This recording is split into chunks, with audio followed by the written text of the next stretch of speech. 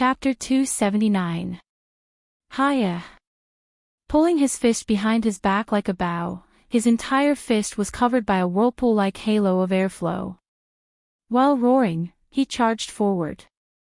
His fist was like the heavy hammer of the thunder god, and in the midst of a muffled explosion, it blasted forward. There, Noah wasn't wearing a uniform, but rather a shirt, trousers, and a jacket. He raised his eyes and stared at the 9-layer penetrations that had mercilessly used its strongest attack on him. The corners of his mouth curled up. Whing. At some point, Noah also pulled his fist behind him like a drawn bow. Around his fist, specks of golden brilliance appeared, like bright golden starlight, converging on Noah's fist. In the end, it also turned into a whirlpool-like halo of airflow, illuminating the surroundings. Without the slightest hesitation. Regardless of whether it was Noah or the 9-layer penetrations, both were truly terrifying attacks. Even the air was scorching due to the friction between the attacks. They were like two cannonballs as they ruthlessly bombarded each other. In the next instant, the fists that were enveloped by the swirling airflow collided with each other. Bang! Amidst the thunderous explosion, the violent shock wave carried with it a thick smoke and dust, like a stormy sea, surging in all directions. Kacha, kacha. Wherever the shock waves passed, the ground cracked open inch by inch. Paw, paw, paw, paw. In an extremely straightforward manner, the surrounding trees seemed to have been smashed by an invisible heavy hammer. Under the assault of the shock wave, the trees were snapped at the waist and fell to the side, stirring up countless pieces of wood that shot out like bullets in all directions. Thick smoke and dust filled the air. At the center of the thick smoke and dust, two figures emerged from the two sides of the mushroom-like smoke and flew out. They rushed out of the area covered by the smoke and dust and stabilized themselves. However, the situation of the two people who flew out of the smoke and dust was somewhat different. The 9-layer penetration seemed to have crashed into a wall at an extremely fast speed, and was fiercely bounced back. Not only was his figure in a sorry state, but he also violently retreated a dozen steps in the heavy sound of thump thump thump, and then he struggled to stabilize his body. Noah, on the other hand, was just the opposite. His body was as light as a feather, as though he was blown by a light breeze. He leaped out of the smoke and dust and tapped the ground twice with the tip of his feet. Then, he simply landed on the ground. His clothes were not dirty at all. From the performance and state of the two, it could be seen who was stronger and who was weaker. Ha! The 9-layer penetrations gasped for breath, staring at Noah on the opposite side. After a while, he raised his hand. The hand was shaking. Moreover, blood was still oozing out. Glancing at Noah, who appeared to be calm and carefree, and then glancing at his slightly trembling fist that was dripping with blood, 9-layer towed her aside and sat down on the ground with a paw sound. Forget it, I won't fight, consider it my loss. The 9-layer penetrations used the predecessor of the annihilation strike that Noah had not modified. Therefore, using this move would put a great burden on the body of the 9-layer penetrations. Even the 9-layer penetrations could only be used twice a day, and the limit was 3 times. However, after using it 3 times, he could not even think of getting up from the ground. Although he had only used it once, the 9-layer penetrations could still feel the pain in his arm, and it was very difficult to move it again. That was not only because 9-layer penetration had used a move that placed a heavy burden on the body, but also because the power of Noah's annihilation strike was greater than 9-layer penetration, causing 9-layer penetration's arm to be injured even more. Under such circumstances, even if he could use this move one more time, the 9-layer penetrations felt that he wouldn't be able to raise his fist. He might as well just admit defeat and be done with it. Finally willing to admit defeat. Compared to the 9-layer penetrations, Noah just shook his fist and then said to the 9-layer penetrations with a smile that was not a smile.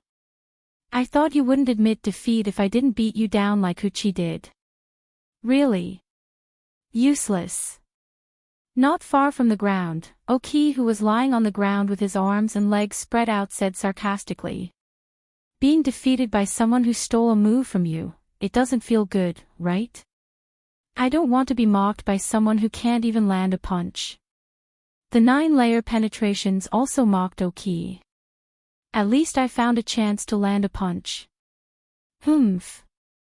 Oki choked and angrily snorted. Ha. The 9-layer penetrations laughed a few times, then sighed after a while. In the end, I couldn't even defeat you once before you left. There's nothing to be sad about. Noah stepped forward, stretched out his hand, and pulled the 9-layer penetrations up from the ground, and looked straight into his eyes. There's no end to learning, and everyone has to constantly improve. Right now, you're already at level 3, and I've also smoothly risen to level 4. You're becoming stronger, and so am I. It's just a matter of whether you can become stronger than me. That's right. Oki struggled to stand up from the ground. You're stronger now, but that doesn't mean you'll be stronger than us in the future. Hearing this, Noah shook his head and laughed. Then let's see if you can catch up. When he said this, Noah wasn't being perfunctory. Even if there was a hidden power in his body that was much stronger than what was shown on the surface, Noah didn't think that he could always lead. Not because of anything else, but because a person's potential was limitless. Cookie Tokusaki was one thing, but ninefold Tokusatsu gave Noah the same feeling as Naz and Rentaro. They both had unlimited possibilities. Therefore, if one day, the 9-layer penetration suddenly became very strong, stronger than Noah when he showed his true strength, Noah wouldn't be surprised, let alone deny such a possibility. It was precisely because of this mentality that Noah could continue to grow without taking credit for himself. He was becoming stronger every minute and every second. The 9-layer penetrations took a deep breath, extended his bleeding fist at Noah, and said with a determined face. Let's fight again next time. Noah smiled and nodded. He extended his fist, and didn't care that the 9-layer penetrations was still bleeding, and heavily bumped his fist with the 9-layer penetrations. Let's fight again next time. Hey! Oki was suddenly dissatisfied. Don't forget about me. Ha ha ha ha. Noah and the 9-layer penetrations suddenly laughed out loud. At this time, a figure trotted to the scene. Originally, he was running and panting, but when he saw Noah, his footsteps slowed down, and slowly approached. Noah naturally noticed, and turned his head, and a surprised expression appeared on his face. Ivanli. Ivanli was panting and calming his breathing, and didn't speak. He just quietly looked at Noah, and Noah didn't know what to say. The 9-layer penetrations and Oki looked at each other, and tactfully left quietly, and walked towards the direction of the hotel. At the scene, only Noah and Ivanli were left. What's wrong? Noah scratched his cheek. What's the matter? Ivanli still didn't speak. He just stepped forward, grabbed Noah's hand, and silently walked towards the hotel. Noticing that Ivanli seemed to have something to say to him, Noah didn't break away from Ivanli's hand, and followed Ivanli's lead, walking forward. Hotel, rooftop. After a night, there were still traces of the fierce battle from last night on the rooftop. There were scorch marks and holes everywhere, and it was a complete mess. Especially the place where the military transport aircraft used by the God Destroyer troop was originally located. There was a large area of scorch marks, showing the intensity of the fire last night. Under Ivanli's lead, Noah came to the messy rooftop. Whoosh! The wind blew past, and raised Noah's coat, as well as Ivanli's ponytail and skirt. Standing on the edge of the rooftop, looking into the distance, Noah and Ivanli stood side by side, and didn't speak, temporarily enjoying the peace. However, this peace was destined to last for a long time. Because time was limited. Hey! Not long after, under the light breeze, Ivanli said such a sentence. It sounded like a soliloquy, but also like a plea, and it was almost covered by the wind, as if he was absent-minded. How can I become as strong as you? Noah didn't expect Ivanli's first sentence to be like this, and directly froze. Chapter 280. Ivanli. Noah called Ivanli tentatively. He really didn't understand why Ivanli would suddenly ask such a question. Ivanli seemed to be aware of this. He didn't look at Noah. Instead, he looked into the distance and said to himself, "Do you remember why I became a surpasser and entered Holang Academy?" Noah nodded. Because of this, Noah was even more confused. The reason why Ivanli accepted the Daybreak Star rune, became a surpasser, and entered Holang Academy was all for his family business. For the sake of the small factory left by his grandfather that was about to close down, Ivanli chose to enter Holang Academy. This was not only because he could earn 100,000 yen a month for his living expenses if he studied in the academy, but also because if he successfully graduated from the academy, he could join the Dawn Organization's security force and become a tomb protector, earning a high salary that ordinary people could not obtain. With this money, Ivanli could revitalize his family business. Therefore, all along, Ivanli's biggest goal was to work hard to reach level 3. Only by successfully rising to rank 3, could Ivanli successfully graduate from the academy and enter the Dawn Organization to work. This goal was basically achieved by Ivanli. In other words, as long as he could reach level 3, Ivanli would be satisfied. He didn't particularly force himself to be strong. However, now, Ivanli asked a question that was completely different from his previous plan. Become stronger. Ivanli, do you also want to become stronger? Actually, in the beginning, I wanted to become stronger. Ivanli seemed to be able to guess what Noah was thinking. His gem-like eyes met with Noah's eyes. That's because the first person I met in school, my roommate from Tripping Double Blade, for only a week, is a very strong person. With such a strong friend by his side, if I can't catch up to him, I feel like I don't have the qualifications to stand beside him. However, I gave up in the end. Ivanli said in a relieved and less stubborn tone, his face relaxed. He's really ridiculously strong. It's fine if he's just strong, but the speed of his progress makes people feel powerless. He's also very experienced and knowledgeable. It's impossible to catch up with him with just a little effort. So, although I've tried my best to catch up with him, I've never thought of catching up with him. Just like that, in the constant pursuit, I successfully rose to rank 3. At this point, a slightly bitter smile appeared on Ivanli's face. If I want to successfully graduate from the academy, I only need to reach rank 3. Because I successfully reached rank 3, I began to feel satisfied. Unknowingly, I actually forgot that I still have to catch up to him and not let him leave me behind. Noah fell silent. He had already guessed what Ivanli wanted to say. Julie is very strong. That child should be the strongest girl besides Lilith.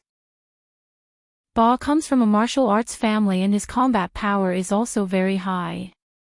Lilith is even more so. Even if Julie and Ba fight together, they might not be able to win against Lilith. Ivanli showed an extremely confused expression. Compared to them, although I'm also rank 3, I'm not that strong. If I'm stronger, I can fight side by side with you like Lilith. You're already very strong. Noah finally couldn't help but say this. In the entire first grade, your combat power can definitely be ranked in the top 5. Even compared to the upper grades, you're not inferior. But, I still can't help, right? Ivanli smiled weakly at Noah. I'm sorry, Noah. Actually, I really want to fight with you. Ivanli. Undoubtedly, in his heart, He had the urge to say a lot of things to Ivanli. But in the end, Noah only called out Ivanli's name. The words that were in his throat couldn't be spat out. Seeing Noah's speechless expression, Ivanli laughed instead. "I'm just complaining." The haze on his pretty face was swept away, and he regained his usual cheerfulness. Ivanli gave Noah a little punch and teased. "You don't have to be so embarrassed." After that, Ivanli turned around, took a few steps forward, and then turned around again, facing Noah. With his hands behind his back, he bent down, and his gem-like eyes sparkled as he looked straight at Noah. "However, I will no longer be satisfied with my current strength. Reaching rank 3, my previous goal can be considered completed. Now, my new goal is to catch up with you and become stronger. Stronger than Julie, stronger than Lilith, and even stronger than you. Have you made a promise with me?" Like a child, Ivan stretched out his little finger and stared at Noah. "I will definitely become stronger, so next time, you can't drive me away, you must let me fight with you."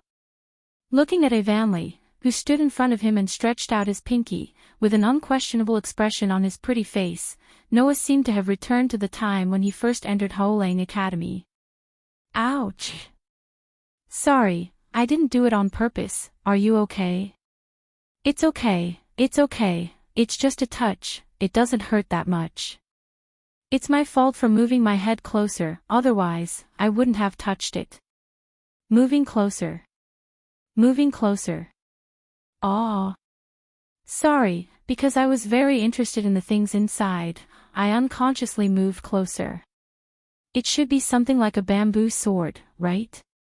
I also learned a bit of swordsmanship, and I used to carry a bamboo sword bag just like you, so I was a little curious and followed behind you. You don't mind, right?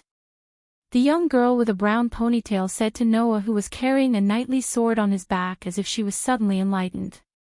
"Oh right, let me introduce myself. My name is Ivanli Nagankang. Nice to meet you." Thinking back to the cheerful girl at that time, Noah felt a surge of warmth in his heart. "Ivanli, you are the first friend I made in this world." Noah reached out his hand and put his little finger on Ivanli's little finger. Looking straight into Ivanli's eyes, Noah smiled in a carefree manner.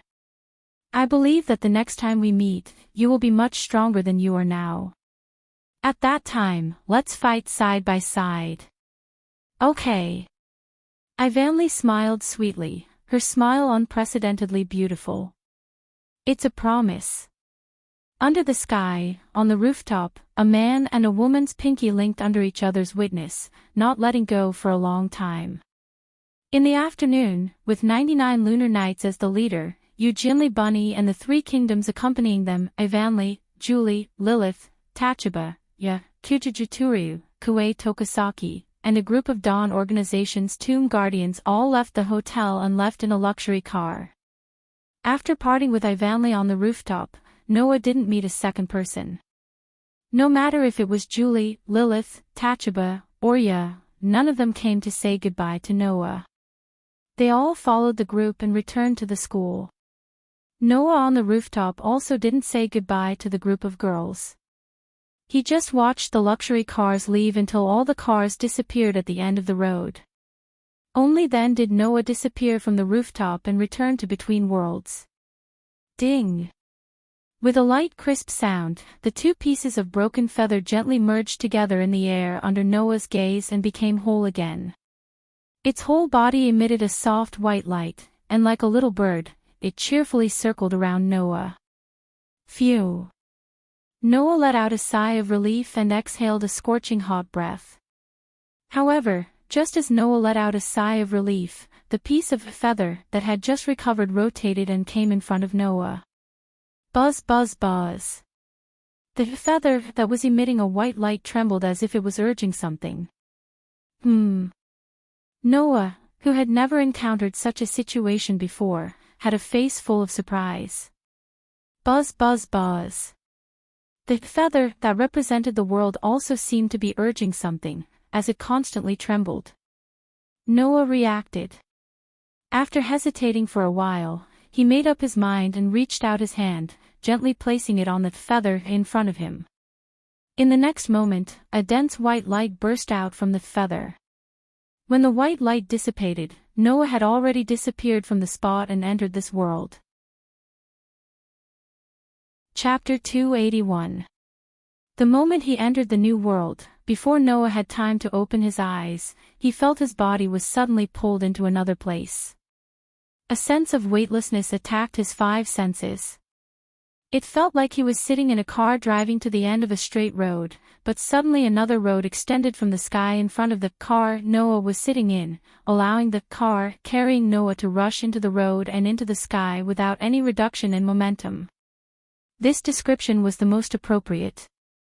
Because, after entering this world, Noah should have followed the passage into this world, that is, the first road, to reach the interior of this world. But in the process of going to this world, the second road suddenly extended and changed Noah's destination. The world was still the same world. But the end, that is, the destination, was different. Noah, who should have directly descended into the interior of the world, found himself in a very wonderful place. After opening his eyes, Noah was presented in front of a snow-white world. In this snow-white world, who knows how far away, there was an existence that looked like a sphere, a vortex, a black hole, and a nebula. It gave people a feeling that it was absolutely impossible to approach. It seemed illusory and suspended at the end of this snow-white world. This was a place very similar to Between the Worlds. The difference was that Between the Worlds gave Noah the feeling of being in a mother's body, but it seemed that it could only contain him, making him completely unable to touch the infinite dreamy feeling. But this snow-white world gave Noah a feeling of vastness and shock. Although there was comfort, there was no infinite dreamy feeling, but more of a strange feeling. Noah didn't have time to observe this world at all, nor did he have time to observe what kind of situation he was in. Almost less than 3 seconds after Noah entered this snow-white world, Noah's heart thumped. He didn't observe this snow-white world, nor did he observe his current situation. Instead, he raised his head and looked above himself. Buzz! A burst of scorching white light rose into the air. Noah was startled, stretched out his hand, and blocked the dazzling white light in front of him. However, an inexplicable impulse controlled Noah's actions, making Noah open his eyes. Even if it was dazzling, he was unwilling to close his eyes. Through his hand, he stared at the center of the white light. Then, Noah saw. He saw 2 people. To be more precise, he saw 2 girls. They were 2 young girls who were inconceivable in every way. The 2 girls looked to be around 12 or 13 years old. The girl on the left had long water-colored hair, releasing an extremely terrifying sense of existence. Facing this girl, Noah felt that he was facing the entire starry sky, unusually small. The young lady on the right had a head of long, silver hair. Although she exuded a strong sense of presence, she exuded a strong sense of coercion. Facing this young lady, Noah felt as though he was standing in the middle of a massive ocean. He could be submerged at any moment and become part of the ocean. These 2 feelings made Noah extremely shocked. There was no way not to be shocked. In this life, the most powerful people Noah had seen since he was born were Makarov, Kildas, and Laxus. However, Noah's intuition told him that these 3 people, not to mention standing alone, even if there were 100, 1,000, or 10,000 of them, they wouldn't be qualified to stand in front of these 2 girls who didn't seem to have reached adulthood. Moreover, they weren't even qualified to carry shoes. This was not because Noah could see how powerful these 2 girls were. On the contrary, Noah had such a feeling because he couldn't see how powerful these 2 girls were. These 2 girls, who were they? Just when Noah was still shocked, in the white light, the girl with long silver hair and the girl with long silver hair cast their eyes on Noah at the same time, and then took a step forward. That it was as if the whole world was making way for these 2 girls. With just one step, the two girls suddenly disappeared and suddenly appeared in front of Noah. They stared at Noah with a pair of eyes. The girl with long blue hair revealed an extremely obvious joy in her eyes. The girl with long silver hair's eyes only slightly fluctuated a few times, and then returned to a calm and emotionless state. Noah couldn't help but take a step back. He was supposed to be the best at controlling his emotions, but at this moment, he couldn't control the rolling waves in his heart. This was because, when the two girls appeared in front of him, Noah actually had a very strong sense of intimacy. No, it should be called intimacy. It should be said that it was like finding a long-lost relative, and there was a feeling of blood connection. You. Noah was almost speechless, and his eyes were extremely gloomy. Seeing that Noah couldn't calm down, the girl with long silver hair looked at him expressionlessly, while the girl with long blue hair smiled sweetly and said to Noah in an intimate tone, "You can call me Gaia." Gaia. Noah couldn't help but be stunned. As for the girl with long silver hair, she raised her head slightly and nodded gently at Noah, and said very concisely, "Alea." This should be the name of the girl with long silver hair. Gaia. Alea. Two existences that shocked Noah. Although there was no basis, Noah felt that after entering this world, he would come here should be the doings of these two girls. Who? At this moment, Noah took a deep breath, calmed down the various emotions in his heart, and finally restored himself to calmness. Of course, this calmness was also very forced.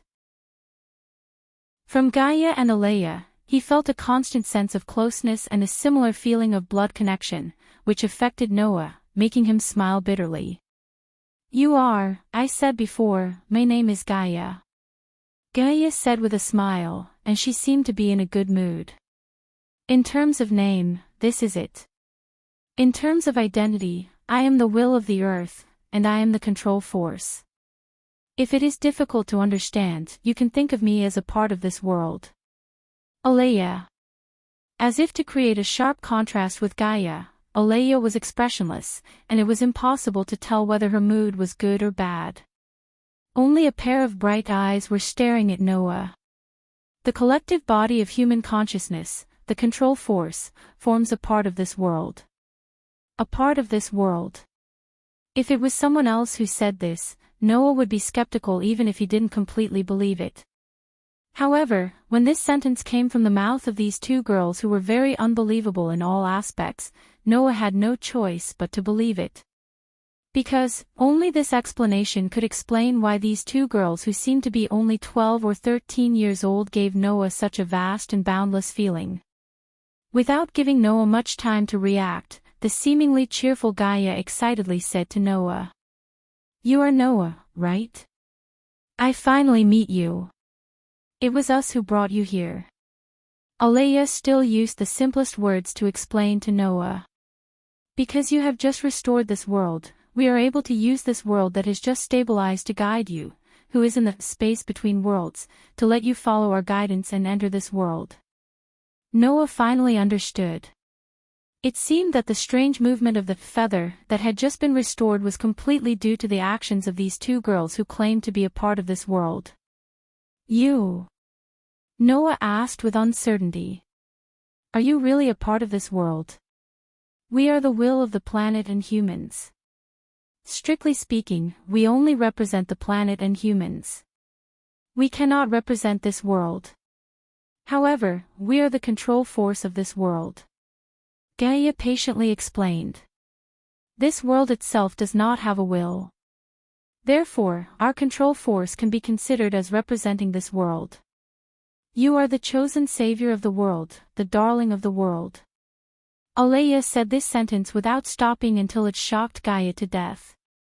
"Therefore, you can also call us Mother." Chapter 282. Ma. Mother.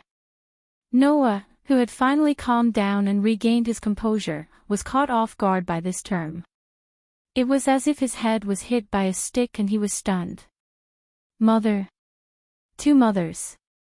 Two mothers who look to be 12 or 13 years old. Moreover, one is the will of the planet and the other is the will of a human. Then what am I? For a moment, Noah even had the urge to complain. However, the feeling of intimacy and blood connection from Gaia and Alea made Noah unable to complain. Why do Gaia and Alea give me such a feeling of blood connection? Could it be that they are really my mother? Then what am I? The same thought. If there was a reason to complain in the beginning, then now, the thought of what am I made Noah's heart completely chaotic. Originally, Noah could not be considered a normal human. Would a normal human be born with the appearance and intelligence of a 10-year-old? Would a normal human have 3 inexplicable constitutions? How could a normal human possess such godlike senses? Would a normal human be able to travel between different worlds? All these signs indicated that Noah was most likely not a human. Then, what is Noah? Alea said that Noah was the chosen savior of the world, the darling of the world. Then, why did the world choose Noah? Why didn't it choose someone else? Am I considered a human?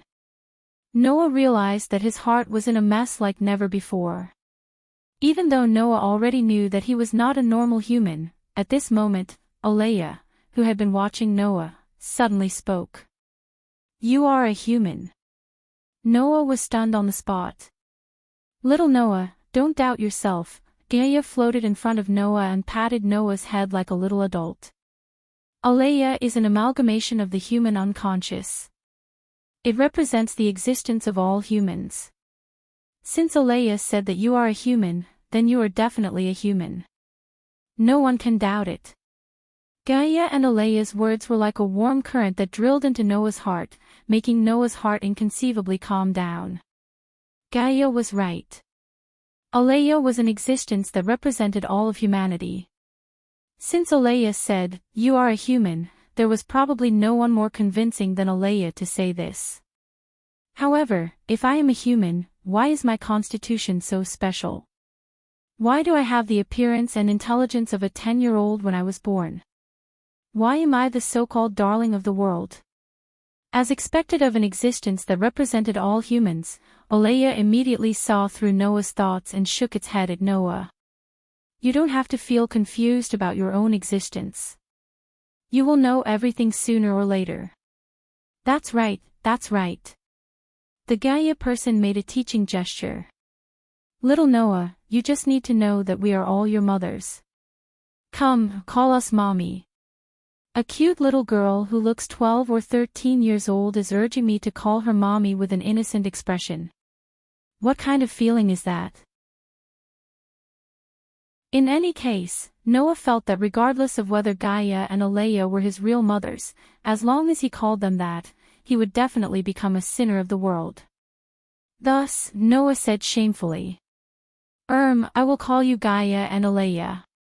Regarding this, Alea silently expressed its agreement, as though it didn't care about a superficial form of address. However, Gaia puffed up her cheeks and was very dissatisfied. Why? Why? Does Gaia really not know, or is she pretending not to know? Noah was extremely speechless. However, he didn't realize that he had already treated Gaia and Alea as his family. Not for other reasons, but even if it was because of the inexplicable closeness and bloodline connection, Noah would still acknowledge Gaia and Alea. As for Gaia, it seemed like she was just complaining. A second ago, she was still panting with anger, but in the next second, she smiled happily. Forget it. Being able to see little Noah is already enough to make me happy. Alea nodded and looked straight at Noah. This world has already recovered. We can also sense the existence of other world fragments. In this world, there are many parallel worlds. We can only vaguely sense which parallel world the other world fragments are in. We will directly send you to that parallel world. This time, Noah was surprised. Didn't this world just recover? How could there be world fragments in this world? In the past, Noah had always been searching for world fragments in a complete world. World fragments would only be lost in a complete world and would not be lost in a similarly broken world. Then, in a world that had just recovered, why would there be world fragments in it? The reason is simple. Gaia spread out her hands and acted helpless. Because, before you, Noah, could grow up and come to this world to retrieve the world fragments that were lost here, this world was already destroyed. Destroyed. Noah held his breath. Speaking of which, why were there so many worlds that were broken into fragments? Some of them were drifting in the world between worlds, and some were lost in a complete world. How did those originally complete worlds become fragments? Noah had never considered this question before. But now, it seemed like there was a reason why the world was broken. You don't need to ask. Alea's eyes flickered. You will know sooner or later. Hearing Alea's words, Noah could only suppress the doubts in his heart and let out a sigh. In other words, this world was originally complete. There were also fragments of other worlds that were lost here, but before they could be retrieved, this world was destroyed.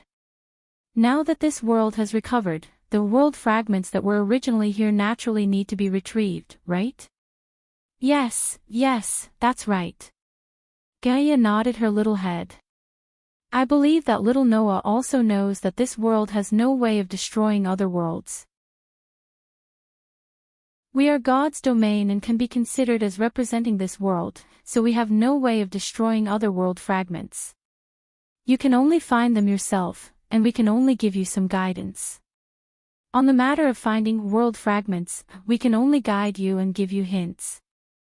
This world has just recovered, so if we provide you with too much help, it will disrupt the order and balance of this world. Therefore, the help we can provide you is limited. Alea looked at Noah, and for the first time, her eyes showed true emotions. It was as if she could only look at her child running around for her without being able to help. She was like a real mother with pity, heartache, and gentleness. Unfortunately, this gaze only appeared for a short moment, and after a moment, Alea's eyes returned to its emotionless state. On the other hand, Gaia showed very obvious emotions. We can only take advantage of this loophole and give you a gift. After saying that, Gaia flipped her hand, and a ball of light appeared in her hand. It slowly elongated and finally had a form. It was a scabbard. A scabbard that shone with golden light. Noah's attention was immediately attracted by the scabbard that was lying quietly in Gaia's hand. This is called a treasure. Gaia raised her hand, and the scabbard in her hand floated up and arrived in front of Noah. Originally, this was something that could not be used by anyone other than its owner, but we have transformed it into yours. From today onwards, you are its owner. We will also pass on some essential knowledge of this world to you. We can only provide you with this much substantial help. Alea said. We hope that you can grow faster and grow to the point where you don't need our protection. After saying that, Gaia and Alea raised their hands at the same time, and as if drawing a circle, they drew a line to the left and right. Suddenly, Noah felt as if he was thrown into a tunnel, and the distance between him and Gaia and Alea was pulled infinitely apart within 1,000th of a second. In the end, Noah's vision turned black, and he lost all his vision in an instant. Whing! The scabbard in Noah's hand suddenly emitted a rich light that enveloped Noah's body. It was like a bubble that enveloped Noah and flew toward the other side of the tunnel. Chapter 283. This was a forest located on the outskirts of a city. Who? At this moment in the winter, the cold wind whistled past, causing the entire forest to be filled with icy cold air. If someone was in this forest, they would definitely be able to vaguely detect some subtle movements. Walala, this was the sound of a river flowing in the forest. Who? This was the subtle sound of the wind. Woo, this was the sound of a beast hiding its tracks in the forest. And within these sounds, at a certain moment, a strange vibration sound was mixed in. Above a woodland covered with withered leaves and branches, the space suddenly rotated like a whirlpool, causing the atmosphere to emit a low humming sound. Then, a figure seemed to be spat out by the invisible whirlpool. In the fluctuation of the space, the figure fell out in a slightly embarrassing manner. It was a figure holding a scabbard that was blooming with a bright brilliance, and his entire body was covered by the light released by the scabbard. Wang wang. In the vibration of the space, the golden figure jumped out, but quickly stabilized his body. He turned his body slightly in midair, and finally landed steadily on the ground. Until then, the invisible whirlpool seemed to have completed its task, and slowly dissipated, leaving only the ruthlessly abandoned youth, looking at the sky with a speechless expression. Still calling yourself a mother, is there a mother who would throw her own son away like trash? After leaving this sentence, Noah lifted his head and scanned the surroundings. After confirming his current location, he shifted his gaze to the scabbard in his hand.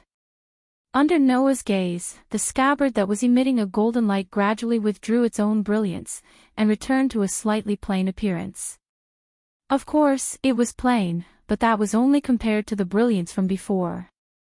Even if its brilliance was withdrawn, the scabbard still looked like it was made of luxurious gems, making it impossible for people to ignore its existence. Looking carefully, Noah realized that the scabbard in his hand was different from ordinary scabbards. At least, ordinary scabbards were definitely not as peculiar as the one in Noah's hand. It was mainly gold and blue, wide at the top and pointed at the bottom. With one look, one could tell that it could not be used to carry ordinary swords. To be honest, Noah did not understand why Gaia and Alea gave him a scabbard. Because, wasn't a scabbard generally used to hold swords? However, this scabbard looked very unusual. It should have some kind of special power, right? The moment he thought of this, Noah's head buzzed, and a large amount of information began to appear in his mind, becoming Noah's memories. These were the necessary knowledge and information that Gaia and Alea had instilled into Noah. If Noah had received these memories before going to the world of absolute dual blades, it would have taken a long time even if he could bear it. But after going to the world of absolute dual blades, and obtaining the Daybreak Star rune, for times in total in the world of absolute dual blades, Noah, whose spirit had been strengthened a lot, was able to accept this memory much more easily. It took him almost a minute to finish accepting it. Among them, there was some information about this world on the surface, and there were also some records about the secret and mysterious side of this world. From these memories, Noah obtained a lot of information. In summary, the general aspects could be summarized into 2 points. 1. This was a world similar to the Black Bullet and absolute dual blades. The similar here did not refer to the fact that there were primitive animals wreaking havoc in this world, or that there was a hidden school. Instead, it referred to the culture and civilization of this world. It could even be said that it was completely the same modern world. 2. Similar to the absolute dual blades, this world also had an inner world. On the surface, it looked like an ordinary modern world. However, in this world, there were also existences similar to surpassers and God's destroyers that surpassed humans. Moreover, compared to the absolute dual blades world, this world's inner world was more mysterious, more magnificent, and more dangerous. In addition, Noah also knew the true form of the scabbard in his hand. So that's how it is. After receiving all the memories, Noah looked at the scabbard in his hand with some surprise. Is this the so-called noble phantasm? The so-called noble phantasm referred to those who were once active in myths and legends and transformed into a kind of weapon called heroic spirit that was used by those who were once active in myths and legends. That was the ultimate weapon that originally only existed in fantasy and could only be used by its owner. It had miraculous power. However, there were some noble phantasms that existed in this world in a real form. The scabbard in Noah's hand was one of them. Not only that, among all the noble phantasms, the scabbard in Noah's hand was also one of the best. Normal noble phantasms could not be compared to this scabbard. Only a very small number of noble phantasms could be compared to this scabbard. Otherwise, as the will of the planet and the will of mankind, Gaia and Alea would not have transformed it and made Noah its owner and use it. Therefore, even from Noah's point of view, the power of this scabbard was extremely huge and its use was incomparably great. With it, as long as Noah had enough magic, then he basically did not have to worry about his own safety. Originally, if he wanted to use the real power hidden in this scabbard, he would need the magic of the original owner of the scabbard. But now, the owner of this scabbard had become Noah. Besides Noah's magic, even its original owner had no way to use it. At this moment, Noah slightly unsealed the magic sealed in his body, which was in a limited state, and mobilized the magic sealed in the scabbard. The scabbard also had the characteristic of storing its owner's magic. As long as he poured magic into it, even if he did not use it, the scabbard would be able to store the magic and use it at any time. At that time, even if Noah did not have any magic, as long as the scabbard still had magic stored in it, he would be able to use the power of the scabbard. Furthermore, the scabbard would be able to act on its own. However, just as Noah was pouring magic into the scabbard in his hand, Noah's superb perception suddenly caught a fluctuation. Noah was slightly surprised, and then he discovered it. This forest, no, it should be said that it was this city. The air in this city was thick. The city seemed to be shrouded in a layer of invisible fog. This layer of invisible fog reacted when Noah unsealed the magic in his body. Barrier. Relying on his sensing ability and the memory in his mind, Noah recognized the true form of this layer of invisible fog. This city is actually completely covered by a barrier. After a while, the somewhat surprised Noah frowned and put his unsealed magic back into the limited state. Then, in a flash, he hid behind a tall tree on the side. Paw paw paw paw. At the same time, the sound of birds flapping their wings resounded in the air above the forest. A flock of about 10 to 20 birds flew in from the other side of the forest, constantly hovering in the air above the forest. Hiding behind the tree, Noah stared at the flock of birds hovering in the air above the forest. This was not an ordinary flock of birds. From Noah's perception, these birds did not have any breath of life, and they even carried a small amount of magic. Previously, the barrier covering this city had reacted to Noah's magic after he unsealed the limited state. Therefore, these birds should have been sent by the owner of the barrier to investigate. This allowed Noah to discover another use of the limited state concealment. Like Noah's own magic, if he used the limited state to seal it, there seemed to be no way to detect it. Paw paw paw paw. The sound of the birds flapping their wings still echoed in the air above the forest. After an unknown amount of time, the flock of birds hovering in the air above the forest turned around and flew back to their original location.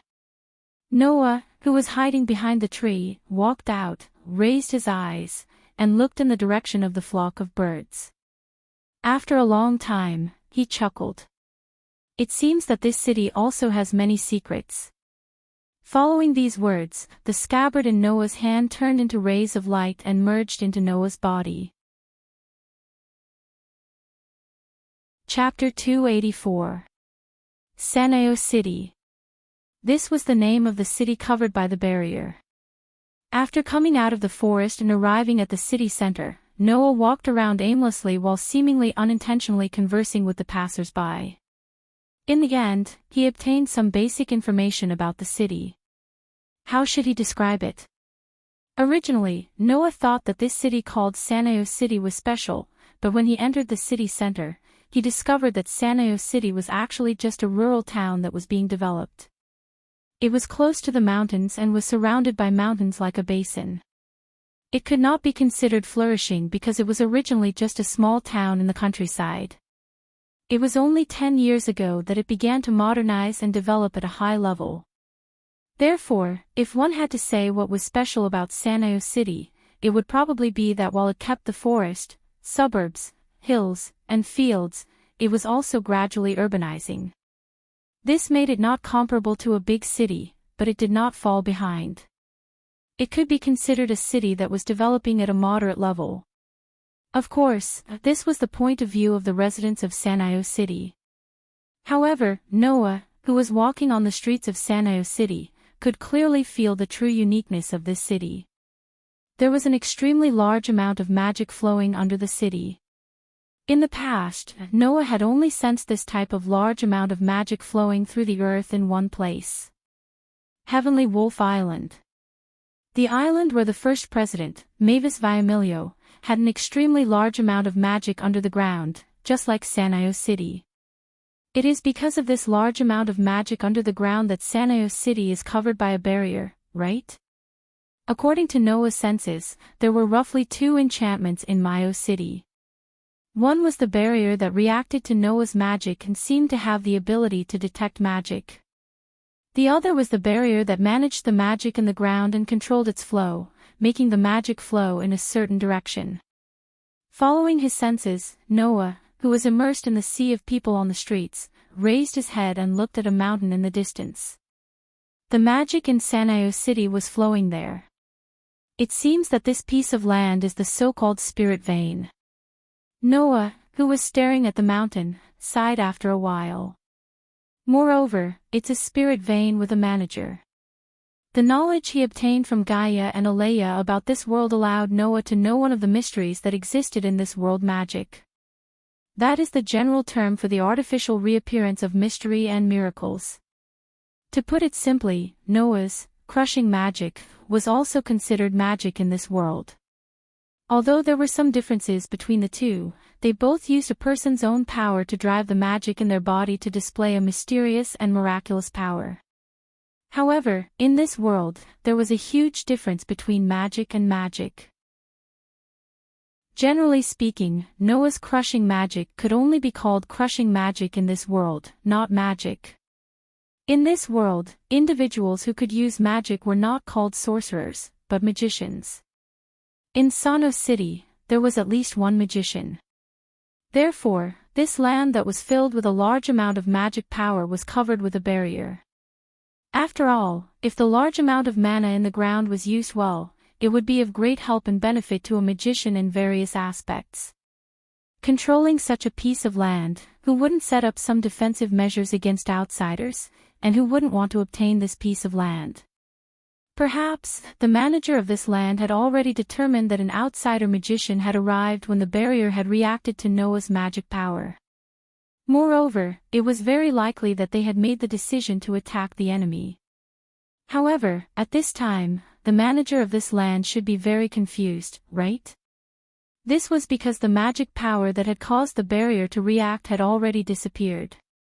Noah had once again used the power of restriction to seal it in his body, concealing its traces.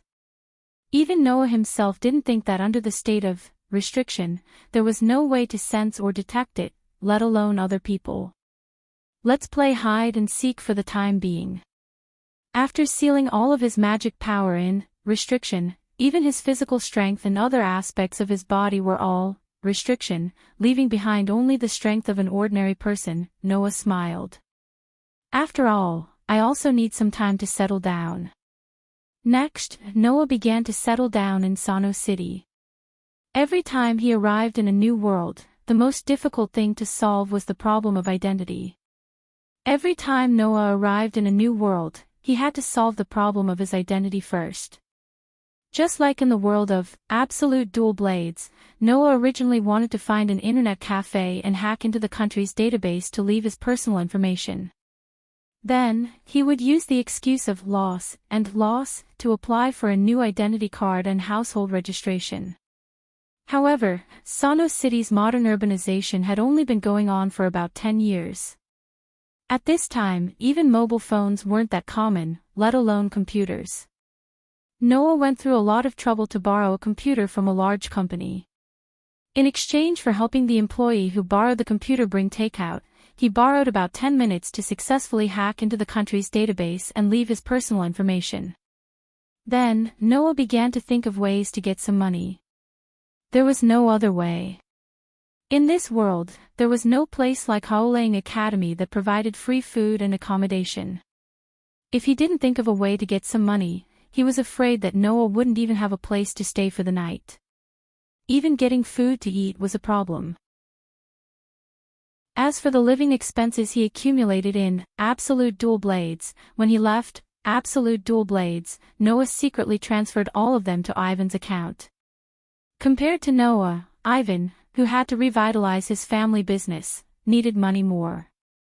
Moreover, if Noah wanted to make money, he had many ways. In the world of fairy tale, Noah started to accept commissions when he was 11 or 12 years old and went out to work to earn money. In the world of Pitch Black Bullet, in order to create fairy tale, in the first year, Noah also thought of all kinds of ways to make money. For Noah, making money was not a difficult thing. As long as he wanted to, he could find a way to make money in minutes. At the very least, he could go underground and fight. He could even use his sensory ability to gamble a few times. That way, money would not be easy to come by. At this time, Noah, who was walking on a street, turned his head and looked at the other side of the street. On the busy street, a figure gradually passed through the crowd and entered Noah's sight. It was a young girl with waist-length black hair and a pair of pale eyes. She was wearing a student uniform from who knows where. The girl's delicate face was tense, her pale eyes were full of awe.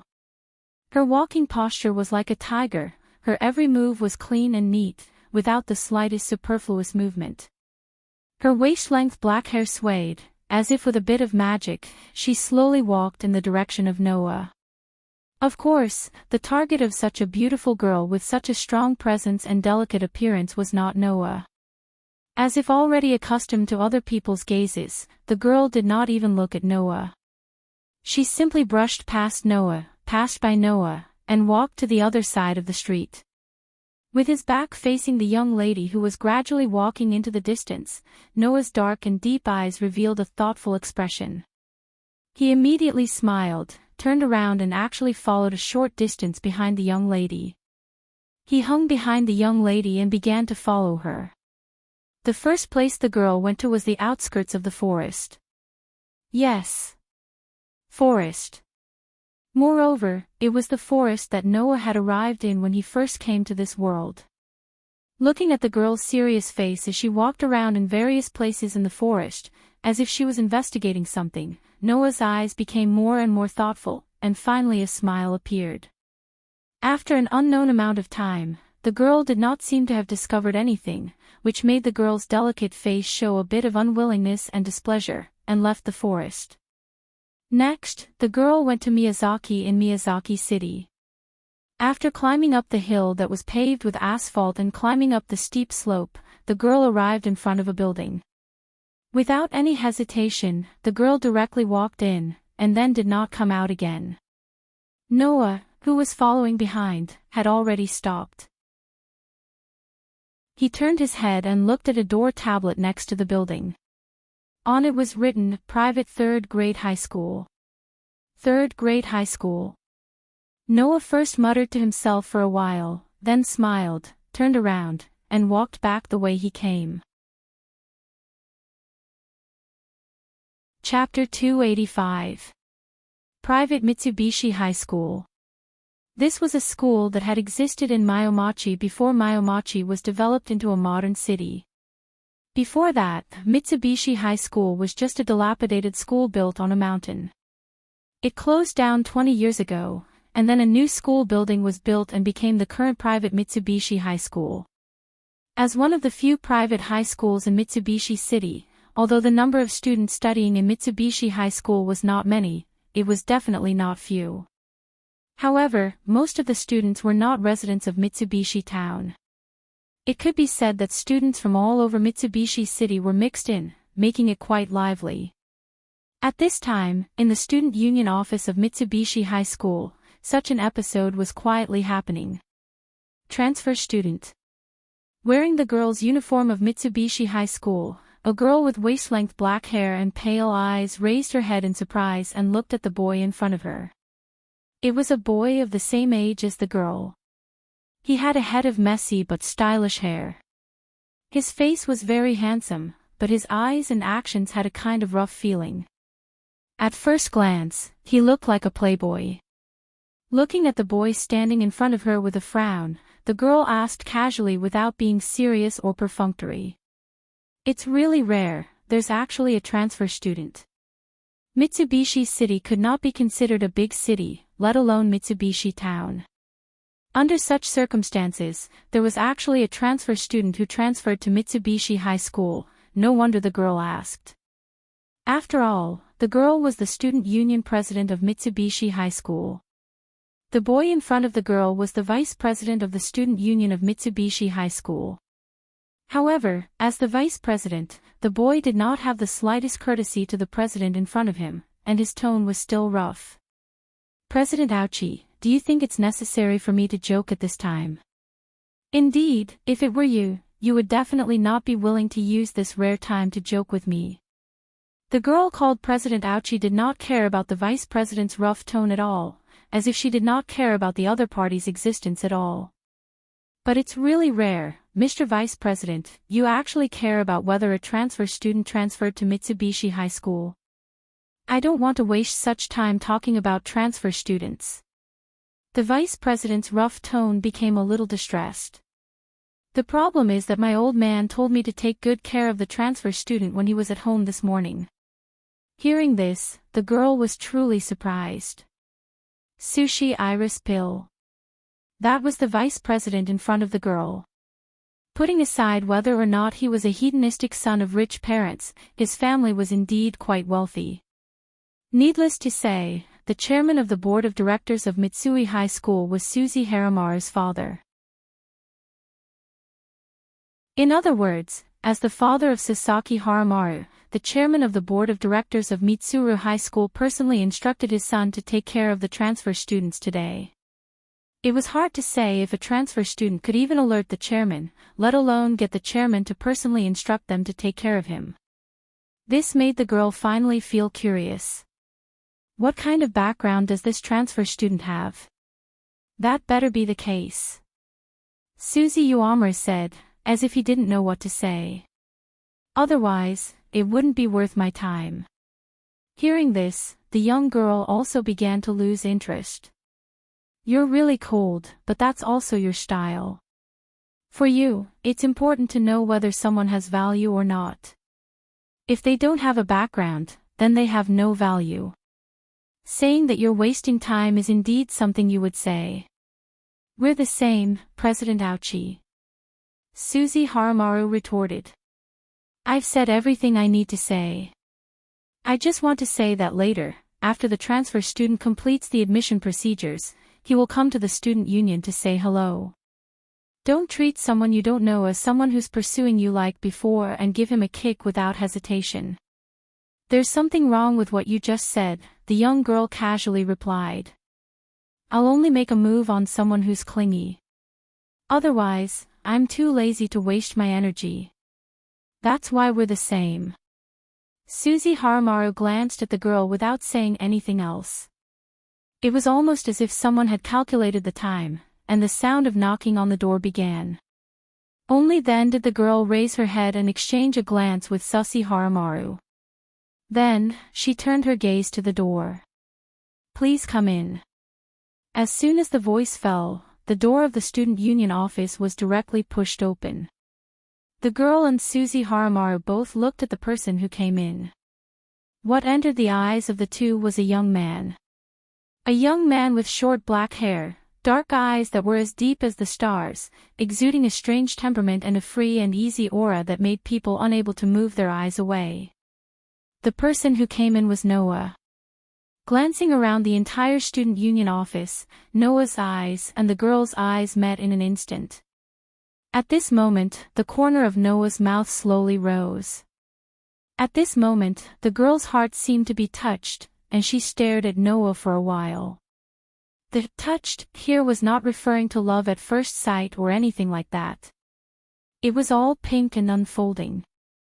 The reason why the girl's heart was touched was because the girl inexplicably felt like she was being stared at by something dangerous, and the switch that represented vigilance in her heart was suddenly turned on.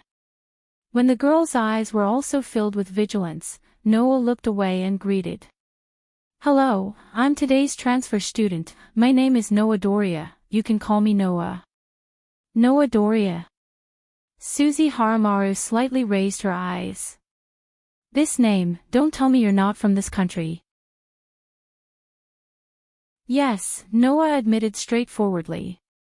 I'm not from this country. A foreign transfer student.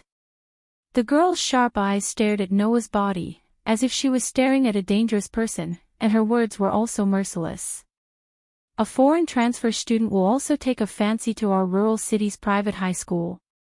Sensing that her president's tone was very unfriendly, Susie Haramaru immediately closed her mouth tightly, and at the same time, a feeling of surprise surged in her heart. As long as one was a student of Mitsuhiko High School, there was no one who did not know how violent this girl was. She was always ruthless to others. Even if it was a teacher, if they made a mistake, she would directly rush up to correct them. Her temper was not bad, but her patience was very limited. In addition, her eyes were always fierce, so Susie Haramaru was not surprised at all that the girl would be so rude to a person she met for the first time. However, the girl's current behavior had already exceeded the category of rude and began to transition in the direction of finding fault with the innocent. In this regard, Susie Haramaru did not want to comment on anything, nor did he want to meddle in other people's business. He did not want to become the victim of the president who was inexplicably unhappy and needed to vent her anger. Actually, I just came to Mitsuhiko City by chance. I didn't want to transfer to Mitsuhiko High School, but I happened to meet the president of this school. Noah, as if he did not notice the unfriendliness in the girl's eyes and tone, straightforwardly explained. When I met the president yesterday, he was playing chess with others. I just happened to be interested, so I played 2 games. Later, I found out that there was a bet. After I finished, the president had already lost a lot of money to me.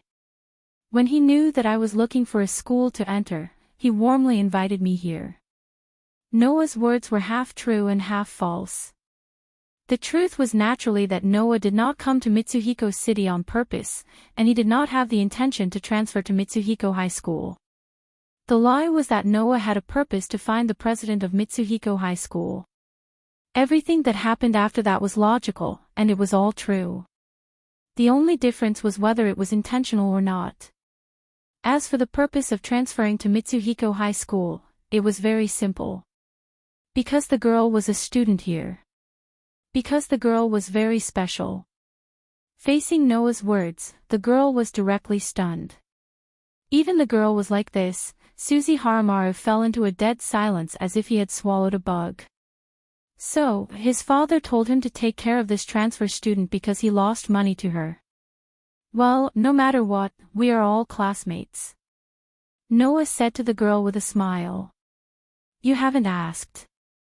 The girl took a deep breath and looked at Noah with a stern gaze. I am the president of Mitsuhiko High School Student Council, Aoko Aozaki. This was the first meeting between Noah and Aoko Aozaki.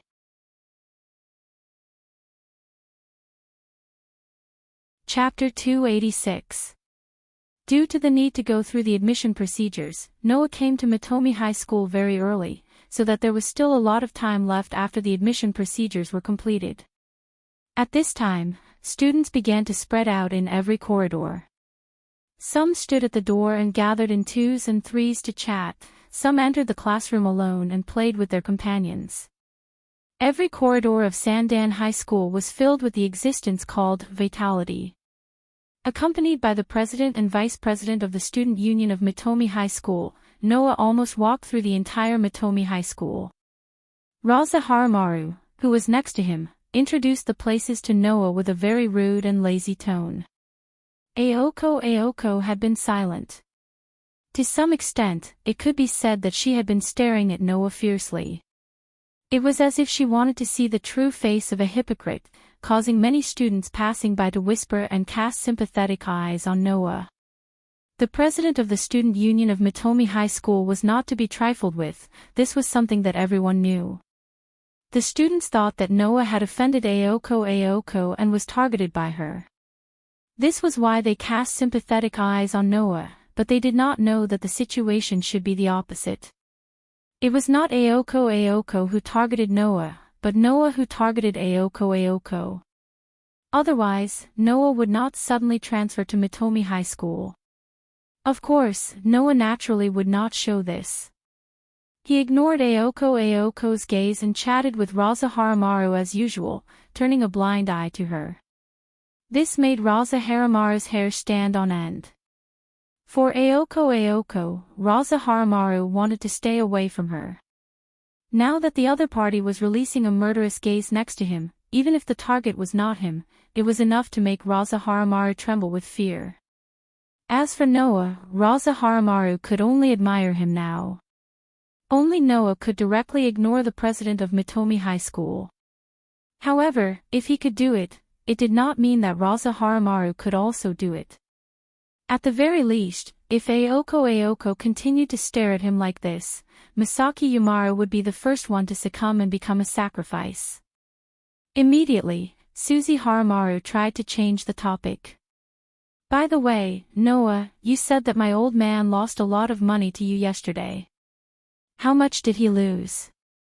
One had to know that Susi Isamura's family was quite wealthy. If he had only lost a small amount of money, the chairman wouldn't have been so enthusiastic about Noah. In fact, this was indeed the case. Not a lot, Noah said in an indifferent tone. His words were earth-shattering.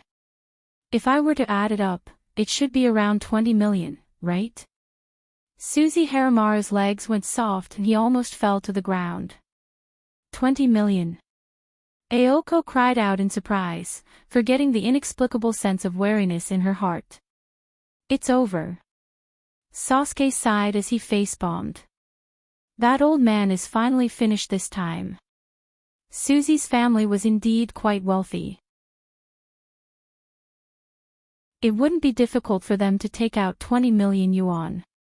The difficult part was that Suzy Haramaru's father lost 20 million yuan in gambling. Suzy Haramaru's father didn't have the final say in the Suzy family. There was still Suzy Haramaru's grandfather above him. If his grandfather were to find out about this, he would most likely fly into a rage. If that happened, Suzy Haramaru's father would be in trouble. Well, don't be so nervous.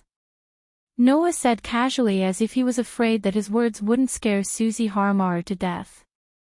I'm here as a student. It's not good to gamble. So, yesterday's gambling was just for fun. I also told the chairman that I don't have to pay back the money. As soon as this sentence came out, let alone Suzy Haramaru, even Aoko looked at Noah like he was an idiot. That was 20 million yuan. It wasn't 2 million yuan or 200,000 yuan, but 20 million yuan. If it was a family of 3, 200,000 yuan would definitely be enough for the family to live for a month. 2 million yuan would be enough for a year.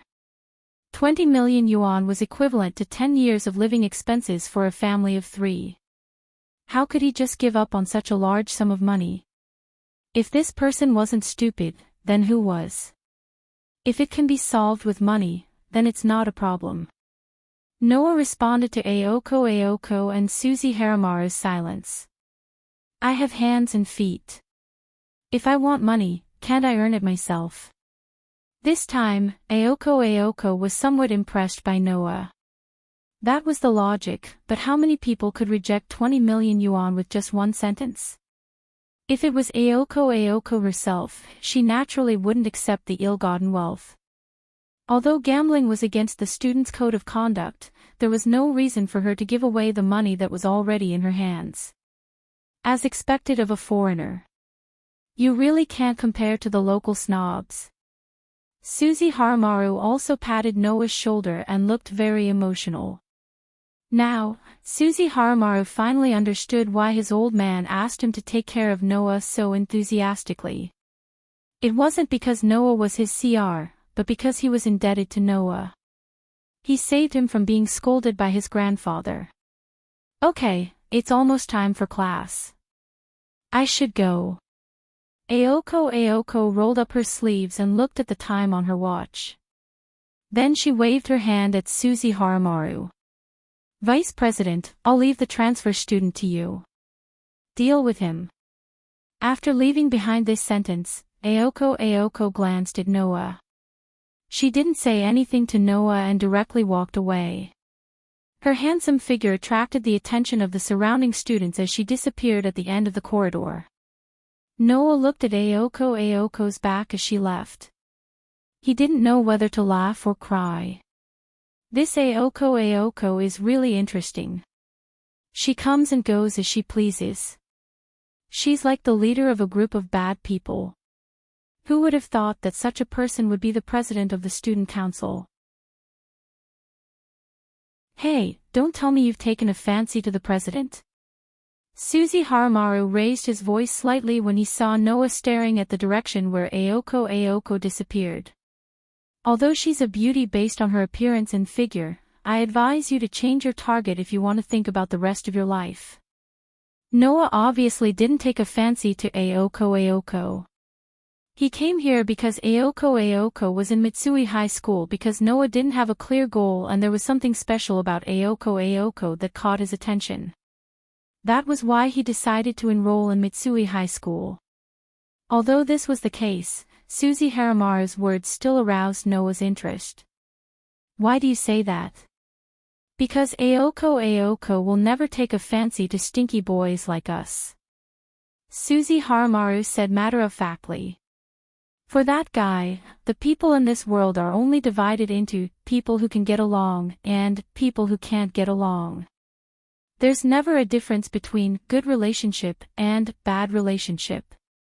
If she thinks you can get along, then she will interact with you. If she doesn't think you can get along, then even if she meets you on the street, she may not call you. That's not the most important thing. Susie Haramaru's face was filled with pain.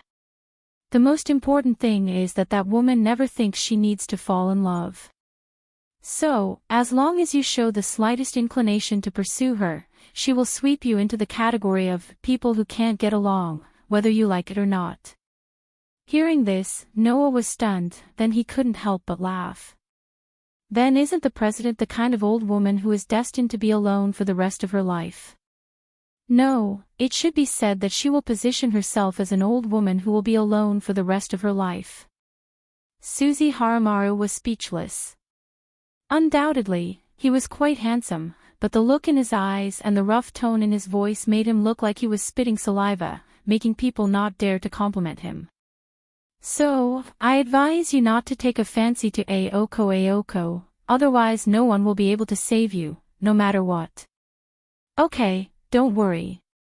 Noah couldn't help but laugh. I don't like that president, I just think she's a bit special, a bit eye-catching, no other meaning. I can still be saved, right? At least there's no possibility of being sentenced to death. With this sentence as the end of the topic, Susie Haramaru walked forward. Let's go, you're in the same class as me, we're both 2A, I'll take you there. By the way, after school, I'll treat you to a meal as a thank you for forgiving my old man. Noah couldn't help but smile and nodded. Under the gaze of many students, he followed Susie Haramaru to the classroom. Chapter 287. Next, in just one day, the owner of the name Noah Dole became a celebrity in the entire Mitsubishi High School. High school students were the age when they liked gossip and rumors the most. Therefore, regarding the transfer student who came to Mitsubishi High School today, in just one day, all the men and women in Mitsubishi High School, including the teachers, knew his name. There was no other way. Noah made a lot of legends that people talked about enthusiastically during the day at Mitsubishi High School. In the first class, the classroom teacher seemed to be deliberately making things difficult for Noah by repeatedly testing him. As a result, not only did Noah answer all the questions correctly, he even asked several wrong questions in the class as revenge, making the teacher who was deliberately making things difficult for him flee as soon as the class was over, as if he had been granted amnesty. After that, people found out that the teacher had just been scolded by the chairman in the morning. Knowing that the chairman seemed to have some preference for the new transfer student, he vented his anger on Noah and deliberately made things difficult for Noah. During the lunch break, when his classmates surrounded Noah and asked him all kinds of things curiously, the chairman personally came to the classroom. Not only did he ask about Noah's well-being and care, but he also seemed to know that Noah did not bring a lunchbox today. He specially brought a lunchbox for Noah so that he could enjoy a rather luxurious lunch. These two things alone were enough for Noah to make a name for himself. Who would have thought that there would be another incident that was quite big for the students after school? That was, some seniors thought that Noah was in the limelight too much. After school, they blocked Noah, who was going home, and took him to the back of the sports warehouse. They probably wanted to teach Noah a lesson. However, after a heart-wrenching scream, when some of the students who had witnessed Noah being called away were preparing to carry him to the infirmary, they discovered that the people lying on the ground were not the transfer students who had just arrived today. Instead, they were the upperclassmen who had planned to cause trouble for Noah. Therefore, the rumor that Noah was a person with good grades, good skills, good character, and good personality, but definitely not a person to be trifled with, flew everywhere and spread throughout Mitsubishi High School. Under such circumstances, it was difficult for Noah not to be famous. And Noah himself was quite enjoying this kind of life. After all, in the world of fairy tale, Noah did not go to school. In the world of Black Bullet, in order to teach the children, Noah picked up a pointer and became a teacher himself. In the world of Absolute Dual Blades, although he was considered to have gone to school, more than 70% of the lessons were combat skills training. Who could say that it was an ordinary school life? Therefore, for this really ordinary school life, even if it was impossible to maintain it, Noah still had the idea of enjoying it day by day, even if he had finished the university courses. However, thanks to this, Noah easily found a job as a tutor. With a salary of 30,000 yen per hour, he taught the children homework and also taught the children how to play the piano. When it was dark, Noah had already earned nearly 100,000 yen. Many of Noah's classmates were also working. Among them, the highest salary was 5,000 yen per day. If the people in the class knew that Noah spent 3 hours to earn nearly 100,000 yen, they would probably cry. Therefore, Noah also said that with his ability, earning money was not too easy. With this money, Noah could finally find a decent place to live. By the way, last night, the place where Noah stayed was a hotel room that the chairman, who was almost moved to tears, patted his chest and found for him. Mayo City, Mayo Town, an apartment. Phew. After a busy day, Noah laid on the bed and let his body sink deep into the quilt. His mind was immersed in his own body. At this time, the scabbard, which was blooming with golden brilliance, was quietly suspended in Noah's body. The scabbard was filled with Noah's magic, so the power inside the scabbard was ready to be squandered and used on its master's body. This was the state of the scabbard when it existed in the form of a concept. In this state, the scabbard could be buried in anyone's body at will. Originally, Noah had thought that the magical power he had poured into the scabbard would also trigger a reaction from the barrier within Sanayo City. However, what surprised Noah was that the magical power stored in the scabbard was actually the same as the power that had been restricted. There was no way for it to be detected or sensed. Noah, who knew what kind of power the scabbard had, was relieved to store a large amount of magic in the scabbard. His own power was all sealed with the ability to limit, so he only had the level of an ordinary person. Touching his chest, Noah stared at the ceiling, and the appearance of the Mayo High School Student Council president with a unique personality appeared in his mind. Aoko Aozaki. There was indeed something special about that girl who acted alone. Because, in Aoko Aozaki's body, Noah could clearly sense the existence of magic. Yes. Magic. In other words, Aoko Aozaki was a magician.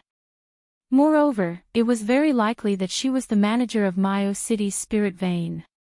Of course, although this was barely enough to attract Noah's attention, it was not to the point that Noah needed to go to Mayo High School.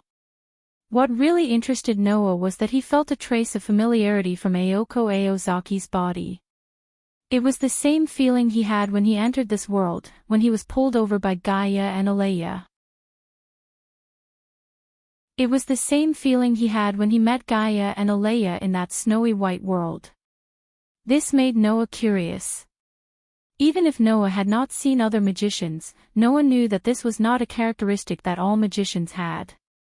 How could an ordinary magician have the feeling of being directly related to the place where Gaia and Alea were located? Therefore, Noah entered Mayo High School in order to find out more about Ayako Aozaki's background. Maybe I can get something from Ayako Aozaki's body. Thinking this, Noah directly got up. Why don't I go test it out? After making this decision, Noah got up and walked out of the room. In the forest on the outskirts of Mayo City. This was the forest at the junction of Mayo Maki and Mayo Mound. It was also the first place Noah had arrived in this world when he arrived yesterday. Returning to this forest, the cold air of the night was enough to cause frostbite on a person's skin. The low panting of wild beasts still faintly reverberated. It was believed that no one would be willing to come to such a hair-raising, dangerous forest. However, no one came also meant that the concealment was strong. If one wanted to do something that could not be exposed, such a place was the real treasure. Noah, who was wrapped in a thick black coat and buried his face in the hat of the black coat, slowly walked into the forest and arrived at the place where he had arrived yesterday. Then, Noah began to release the dormant mana in his body bit by bit. After releasing about 1/10 of it, he stopped. Whing! The surrounding air immediately trembled, reacting to Noah's mana. However, what reacted to Noah's mana was not the air, but something in the air. A barrier. A barrier that covered the entire Mayo City. Under the influence of the barrier of Mayo City, Noah's position was instantly exposed. This time, Noah did not leave. He quietly stayed in place, a bright light flashing through his eyes. Let me see the difference between a magician and a high mage in this world, Ayako Aozaki. Unfortunately, Noah could only achieve half of this idea.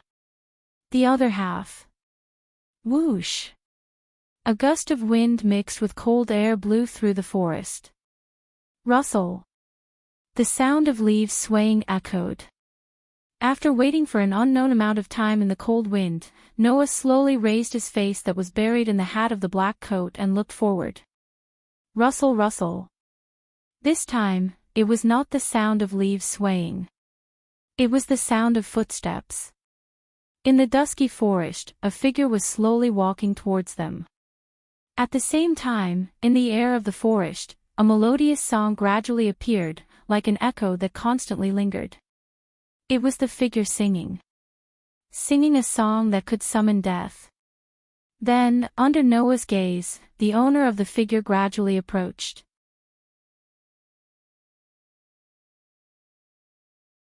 Chapter 288. In the air, a melodious song was lingering. From the song that lingered in the air, Noah sensed a magic that could not be ignored. It made him straighten his body that was still in a relaxed state. His eyes that were hidden under the hat of his black coat also became sharp. However, when Noah saw the full appearance of the person who came, his sharp eyes immediately froze and were filled with surprise. Shaw shaw! Amidst the clear sound of footsteps, the one who walked out from the shadows of the trees and into the bright moonlight was a petite and delicate girl. Looking at the girl who was slowly revealing her appearance under the moonlight, even Noah could not help but hold his breath. Because the girl under the moonlight was too beautiful. It was an existence that could make people think of a doll. Her slender limbs were so weak that it seemed like they could be broken with a little force.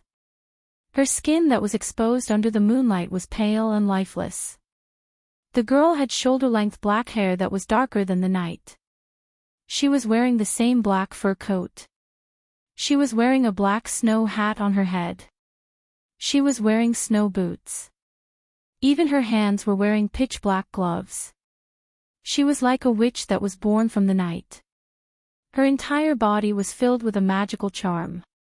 What left the deepest impression was not only the girl's delicate doll-like face and figure, but also those eyes that seemed to have shed all emotions, shielding herself from the world, as if she had completely transcended the mortal world. That pair of eyes were equally dark and deep, without any emotion in them. However, under the moonlight, the girl who was like a doll and a witch was still so beautiful that it was suffocating. If it was someone else, even if they were a woman like the girl, they would definitely be stunned. Unfortunately, Noah had seen Lasana's playfulness and cuteness, Myra's rude and unreasonable personality, the Son of Heaven's dignity and holiness, Lilith's arrogance and confidence, and Julie's slender beauty that was like a doll in front of him. This allowed Noah to successfully break free from the suffocating beauty. However, Noah was still surprised. The person who came was not Ayoko Aozaki. Could it be that Ayoko Aozaki was not the manager of Sanayo City's spirit vein? At this moment, the young lady came to a halt and stared at Noah with emotionless eyes. His gaze was as if he was looking at a large moving object. In the next second, a clear voice that was almost the same as the voice that was fluctuating in the air sounded from the girl's mouth. "We don't accept uninvited guests." The voice was 1,000 miles away.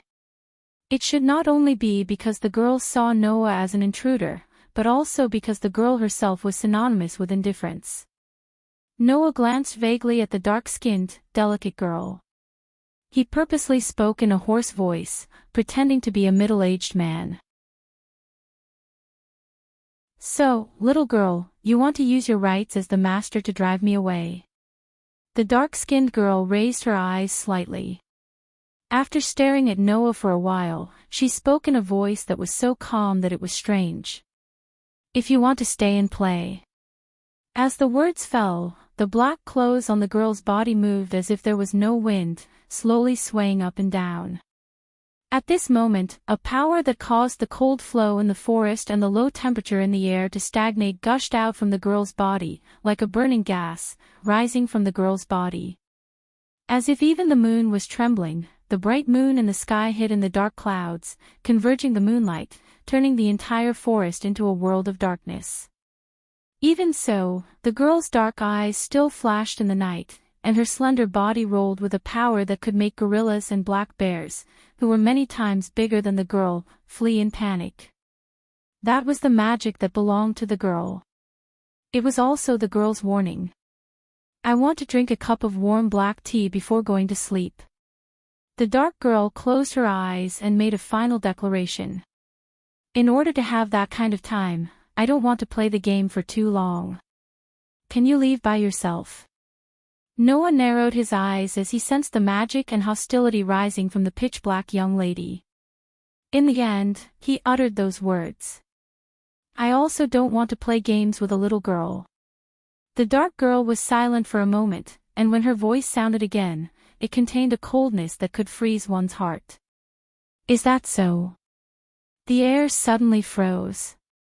The girl suddenly opened her eyes as if countless invisible chains suddenly shot out from the space around Noah, firmly binding Noah's body. Noah only felt his body suddenly tighten, and an indescribable restraint came without any warning, nailing Noah on an invisible cross, depriving him of the control of his body. Noah's eyes focused, and he felt that his body didn't belong to him at this moment, and he couldn't move at all. Looking up, Noah could clearly see the changes in the dark girl's expression. In the dark night, one of the pair of dark eyes that was darker than the darkness completely turned into an ominous bright red. That color was more intense than the eyes of the cursed child when he released his power, and it was the color of blood.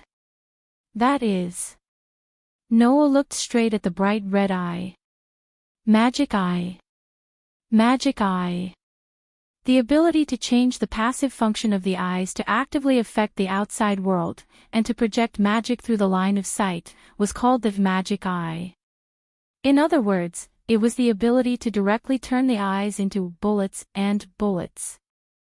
bullets were magic. A magician who could use the magic eye could rely on the magic eye to affect all targets within their line of sight. As long as the target was caught by the magic eye, they would be trapped in the opponent's magic. It was a magic that was completely impossible to guard against. Therefore, having the magic eye was the proof of being a first-class magician.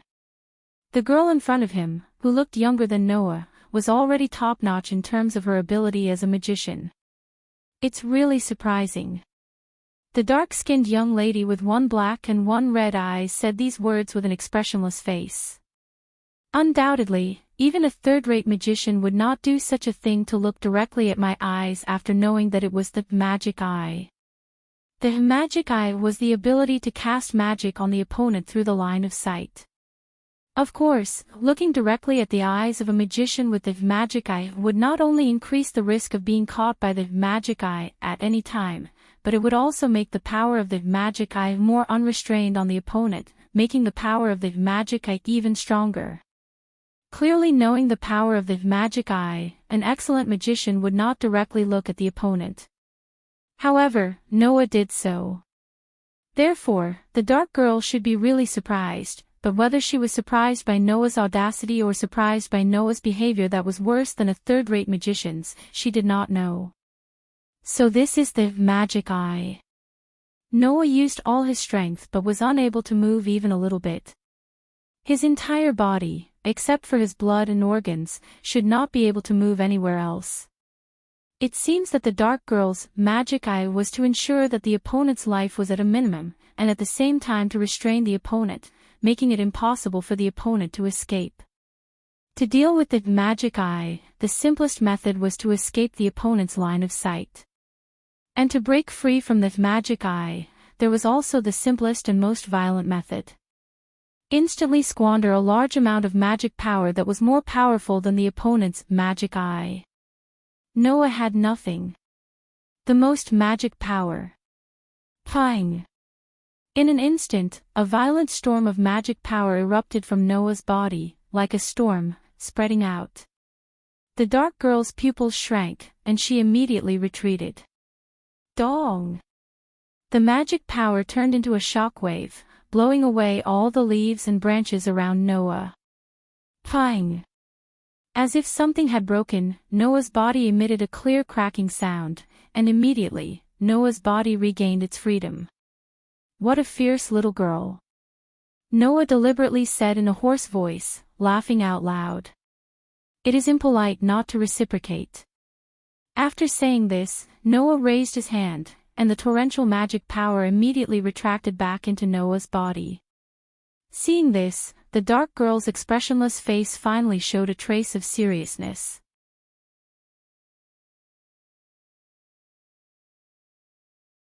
Chapter 289. A second ago, the forest was still raging with wind, but now it suddenly became calm.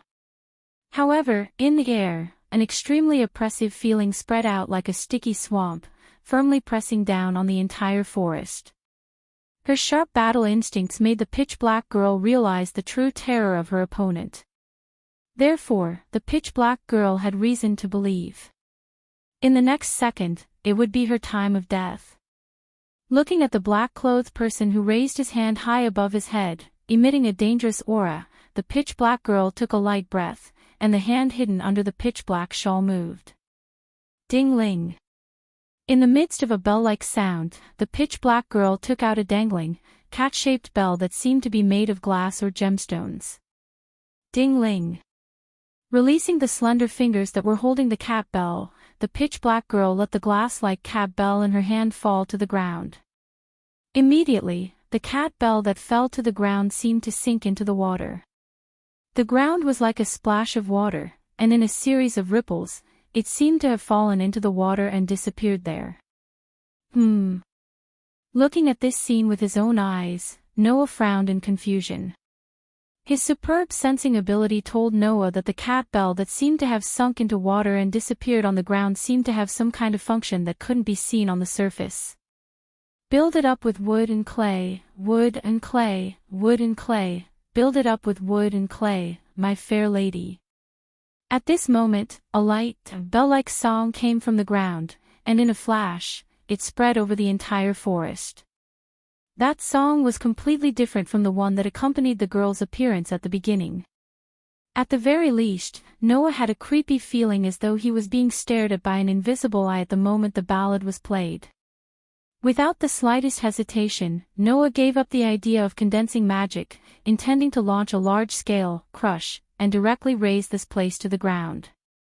He jumped back, and retreated explosively. Rumble. In the same second, the ground where Noah was just standing suddenly shook as if it had exploded. Not only did it crack, but it also directly protruded like a volcanic eruption. "Wood and clay will wash away, falling down, build it up with bricks and mortar, my fair lady." As the melodious song reverberated in the air, the earth began to tremble. The pitch-black girl expressionlessly closed her eyes, and as if she was whispering before sleep, she softly called out, "Come, it's your turn, Bridge." Her voice, as soon as she finished speaking, "Woo!" as if it directly sounded from the distant ancient times, a long sound that represented a long history came from the ground, and the sound shook the air. Kacha. The trees behind the pitch-black girl's back, and the ground also accelerated, and constantly collapsed and destroyed. Woo! After a long roar, a true monster appeared behind the pitch-black girl. Pang! Pushing the earth, and squeezing the ground. It was a monster that seemed to be unable to take shape, and just its upper body alone was more than 8 meters tall. Tree roots like blood vessels covered its whole body, and it was filled with the traces of time. Stones became its muscles. Trees formed its body. Countless branches spread out on its surface, and a huge bridge-like arm was raised high, covering the sky. His vision was completely filled by the giant that covered the sky. Noah looked at the giant that let out a long roar with a dumbfounded expression, and was extremely stunned. Noah had seen existences that were more exaggerated than the giant in front of him. Not to mention others, if Makarov used gigantification to the limit, then in a flash, he could transform into a giant that was bigger than an island. In the world of Black Bullet, Scorpio, and Stage V, Zodiac, was hundreds of thousands of meters tall.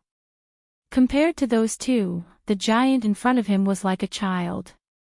However, from the memories obtained from Gaia and Alea, Noah did not find any information about a magician being able to control such a giant. Could that be a familiar? The so-called demonic servants referred to those who were created by magicians. They were similar to robots, and they existed specifically to help their masters. They were like summoned beasts that could be ordered by their magician masters. Whether it was in daily life or in battle, they were objects that could play a supporting role. It was not strange for a magician to have a familiar. However, when a familiar was created by a magician, although it would be given a part of its master's abilities, it would not have power that was above its master's. Therefore, demonic servants were often used by magicians to solve their daily difficulties. In terms of battle, demonic servants would at most play a supporting role. The giant in front of him could only play a supporting role in battle. Even an idiot would not think so. That was definitely not an ordinary, familiar bridge. The pitch-black girl's voice was extremely appropriate. Deal with him. The voice was as cold as before, but it could definitely chill anyone's heart. Whoa! The giant that covered the sky let out a long roar that shook the sky. It raised its bridge-like arm, and like a mountain falling from the sky, it rubbed against the chaotic atmosphere and brought a sharp explosion sound as it fiercely fell in Noah's direction. In an instant, the light from the sky was completely blocked by the fist that fell like a mountain. The shadow of death descending from above made Noah subconsciously tense his body. He raised his head and stared at the giant fist that fell like a meteor, and his heart suddenly moved out. A burst of dazzling light rose from Noah's body. In the dazzling light, a golden scabbard appeared in a flash, and then suddenly disintegrated. Wang wang. The fragments of the scabbard were still shining with a golden light, and turned into a crystal-like barrier. When combined together, it was like a protective cover that directly covered Noah's body. Against the extremely dense wind pressure, the giant's fist fell heavily on the barrier as if it was the end of the world. Dong! A loud and muffled sound that resounded through one's heart rippled out, bringing with it a terrifying shockwave that spread out in all directions. The dark girl's ice-like face changed slightly, and she retreated without thinking. Ho! The frenzied storm swept through every corner of the scene, cutting down trees, blasting stones, and narrowly brushing past the dark girl's body, almost blowing her away. After an unknown amount of time, the frenzied impact wind that wreaked havoc in the forest quietly retreated. After retreating quite a distance, an invisible barrier appeared in front of the pitch-black girl, blocking all of the rubble, wood, and wind. However, it still made the pitch-black girl's emotionless eyes flash with a trace of lingering fear. Under such circumstances, the dark girl was unable to discover it. Just at the side, in a bush that was fortunately not attacked by the impact wind and waves, and could still be more or less intact, two black shadows quietly appeared there. They were two men with a split mouth that was dark all over, and only their mouths were bright red, but they were long enough to touch their ears. Clang! A cold light flashed from the hands of the two fish-mouthed men. The arms of the two fish-mouthed men also turned into two huge kitchen knives, exposing the murderous aura and hostility of the two fish-mouthed men. The dark girl finally noticed that something was wrong, and she turned her head abruptly, looking at the bush on the side. However, at this time, she found that there was no way to stop the murderous maniac hiding in the dark. Whoosh! Almost in the blink of an eye, the two men with a split mouth rushed out like lone wolves, turning into afterimages. The huge murderous weapons in their hands were like fangs, and in the cold light and wind, they mercilessly cut towards the dark girl's head. After understanding the situation, the dark girl's cold, doll-like pretty face suddenly changed.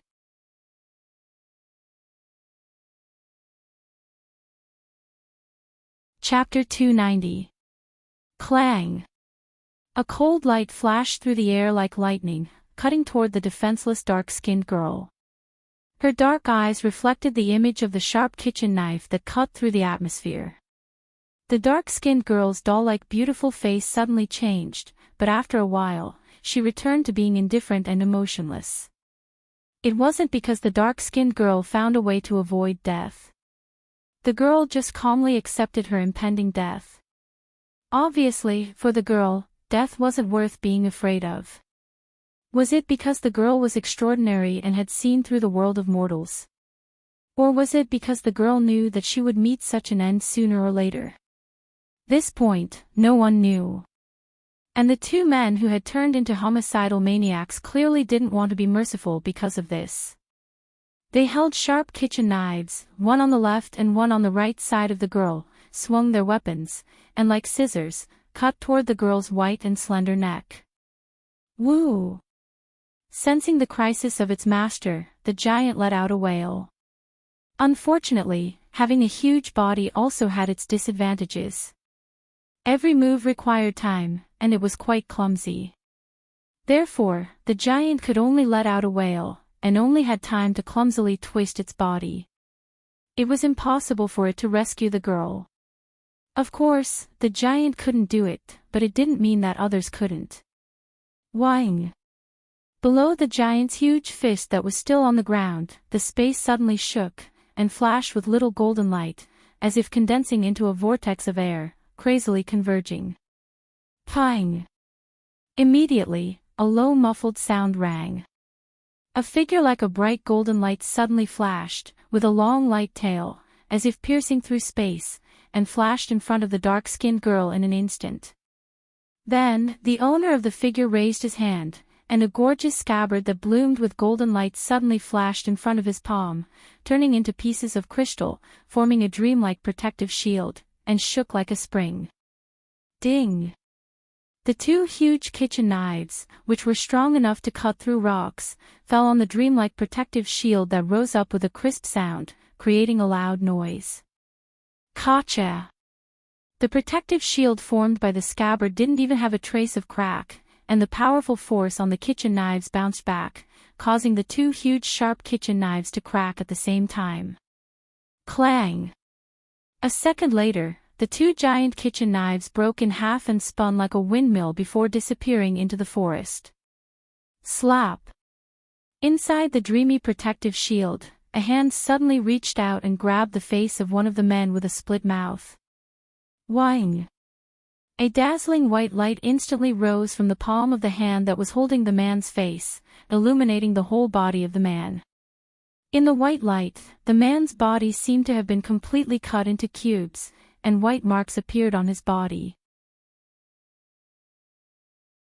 Then, such a voice lightly reverberated. Shatter! The dazzling white light surged. Bang! The man with the fissure didn't even have a chance to react. In the loud explosion, his body exploded, turning into fragments that sputtered in all directions. The remaining man with the fissure was trembling all over. Without any hesitation, he turned around and frantically fled to the other side of the forest. However, that would require the consent of the person who controlled his life and death. Woo! Over the entire forest, a long roar that represented anger exploded like thunder. A huge fist, like a falling meteor, rubbed against the atmosphere and fell, heavily smashing into the body of the man with the fisheye who was trying to escape. Bang! The strike that caused the earth to tremble directly buried his opponent. The whole process didn't even take 10 seconds. The two assassins hiding in the dark were killed by Noah and the giant. They didn't feel any pain and didn't realize their situation before they died. They didn't even have a complete body. Both of them died. The forest returned to peace once again. Whing!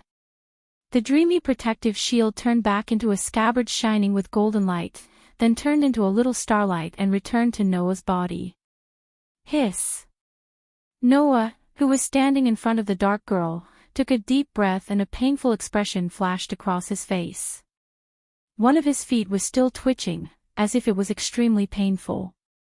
It was indeed extremely painful. From the beginning to the end, Noah had only released a tenth of his magic power. The strength of his body was still under the seal of the limit ability, so he was only at the level of an ordinary person. The leap forward was the same as the annihilation strike. It would cause a certain burden to the user's body. Using the leap forward, which would cause a burden to the body, was a normal thing to feel pain. At this time, behind Noah, a cold voice with a trace of anger entered Noah's ears. Why? Noah was stunned, then he turned around and looked behind him. There, a young girl in black clothes and a shawl, who was as black as Noah, was looking at Noah with a puzzled expression that he had never seen before. Her red lips parted slightly. Why? The why here was naturally referring to the reason why Noah wanted to save the girl who was his enemy. The girl felt that Noah was an intruder who wanted to seize the spirit vein of Sanyi City, so she had the idea of eliminating the intruder and wanted to kill Noah. And as an intruder who wanted to seize the land, he had no reason to save her. The magicians of this world were not like the sorcerers, who could use magic in the open. In this world, concealment was the essence of magic. The more people knew and used magic, the more the magic's power would be scattered and weakened. Because magic was a power that had already been determined in the origin, the more people knew about it, the weaker its power would be. This was easy to understand. Originally, if the power of 10 was used by one person, the power would be 100% of 10. If two people used it, then one person would only be able to use 5, which was only half of the power. The 10 here was the magic's power in the origin. Therefore, in this kind of situation, the more people who used magic, the less power the magicians could get. Therefore, most magicians would do their best to maintain the mystery of their magic. Even if their magic was discovered by ordinary people, magicians would have to eliminate them to maintain the mystery of their magic. Simply put, it was to kill the witnesses. For magicians, killing was definitely not something that they needed to feel guilty about. It was also because of this that most of the battles between magicians were decided by the death of the magician. As long as there was enough reason, even if it was family or friends, magicians would kill each other. As a pure magician, the girl did not understand. Undoubtedly, Noah, who wanted to seize the land of Sanyi City, had enough reason to kill her and obtain the ownership of the spirit vein of this land.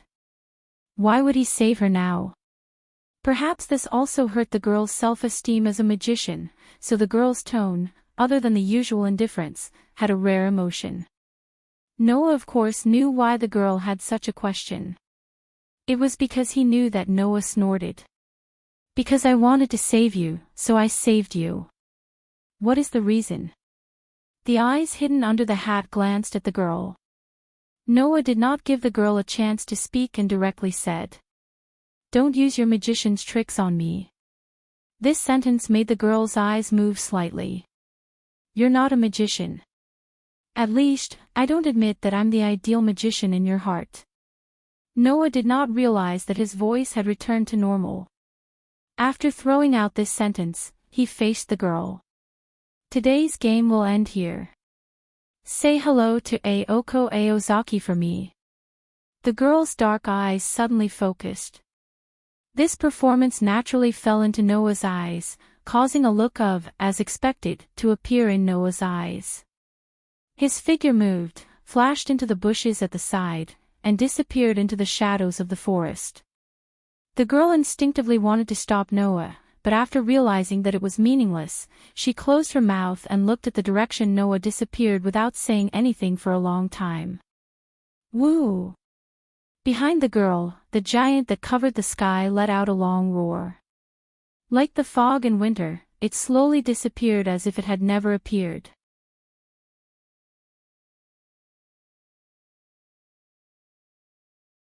Chapter 291.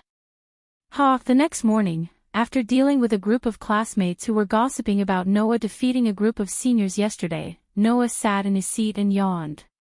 What's wrong? Sitting behind Noah, although he didn't put his feet on the table, Yuan Wan, who was leaning on the back of the chair, removed the book that covered his face and asked in confusion. Didn't sleep well last night? It's okay. Noah yawned and responded casually. I just slept a little late. Noah's spiritual power had become quite strong after many enhancements. Naturally, he wouldn't feel tired just because he slept a little late. However, Noah didn't just sleep late last night, he also went through a battle in the forest.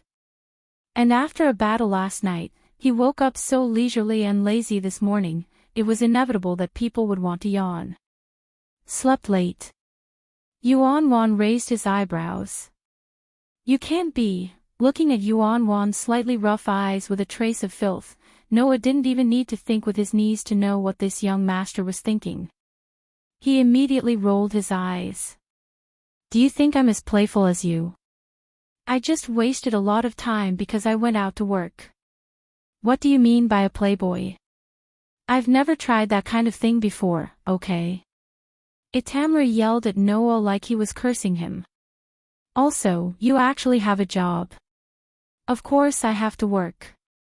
I can't compare to the young master of the chairman's family. Someone sent money into my pocket for me to spend.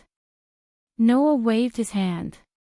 If you think I'm pitiful, why don't you just throw some money to me? Don't forget, not long ago, you threw away 20 million that could have been in your hands at any time. I can't learn this kind of heroic spirit. Yuan Wan said somewhat lazily. By the way, what kind of job did you find? Tutoring. Noah didn't hide it.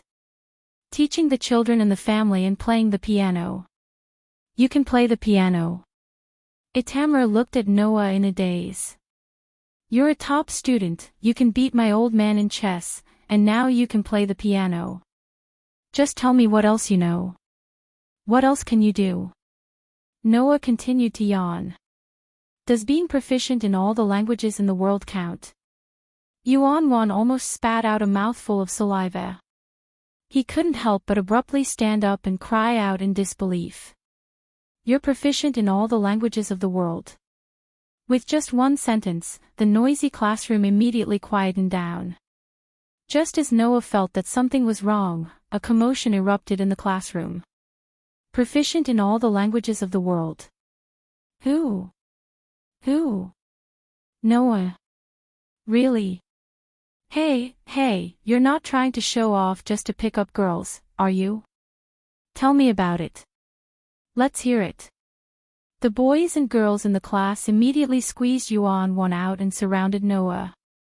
They kept chattering, almost making Noah faint. As the vice president, Yuan, who was pushed aside as if there was no one else around, had a face as dark as the bottom of a pot. Looking at the group of students jumping around Noah, he could not bear it any longer and shouted out loud. What are you bunch of idiots doing? At the door of the classroom, an angry roar sounded without any warning, directly overshadowing Yuan's voice, and also covering the entire classroom's noise inconceivably. The classroom suddenly fell silent for the second time. This voice. Don't tell me it's... When Yuan decisively shut his mouth, the group of students turned their heads in fear and looked in the direction of the classroom door. Then, everyone saw it. Although it's not time for class yet, until the bell rings, you have the freedom to arrange your free time. Saying such a sentence, Ayoko stood at the door of the classroom with her arms crossed. She looked like she could endure a little before she exploded and angrily glared at everyone in the classroom. But, didn't anyone tell you that you bunch of idiots are too noisy? The second roar fell, causing the group of students to let out a miserable sound. Not good. The president of the Demon Student Council is going to be angry. We're going to die. We're going to die. Why aren't you running? Wait. For the time being, this is still our classroom. Yes. Even if the president of the student council is in our territory, he has to listen to us. Very good, as expected of our 2A's Bravehearts. Regarding your bravery in challenging the evil spirit, I will definitely spread it throughout the entire Samui High School. You can go in peace, we won't accompany you anymore. You bunch of traitors. Wait for us. Accompanied by such a conversation, in less than a minute, whether it was boys or girls, they all fled like stray dogs. Looking at this exaggerated scene, Noah was almost speechless. Do you dare to be a little more spineless? At this time, Ayoko walked into the classroom as if there was no one around. Under the curious gaze of the group of students who gathered at the door and did not dare to come in, she came in front of Noah and looked down at him condescendingly. Noah, classmate, are you free after school? Ayoko's words made everyone, including Torimaru, open their eyes wide. What does this mean? What? Noah was also slightly startled, but he quickly returned to normal and looked at Ayoko with a smile that was not a smile. Does the president of the student council want to invite me on a date? The rest of the students present all subconsciously held their breaths. Only Ayoko stared at Noah and said in a cold voice. I thought you were slightly different from other boys, but I did not expect you to be the same. Your head is filled with those meaningless things. The implication was that Noah's head was the same as those stinky boys, only lust. Is there anything strange about it? Noah unhurriedly spread out his hands. As a boy, no matter what, I have to have some experience in love. In the future, I still want to be healthy and have children with the person I love, so I don't have that kind of great idea of, I can survive even if I'm alone.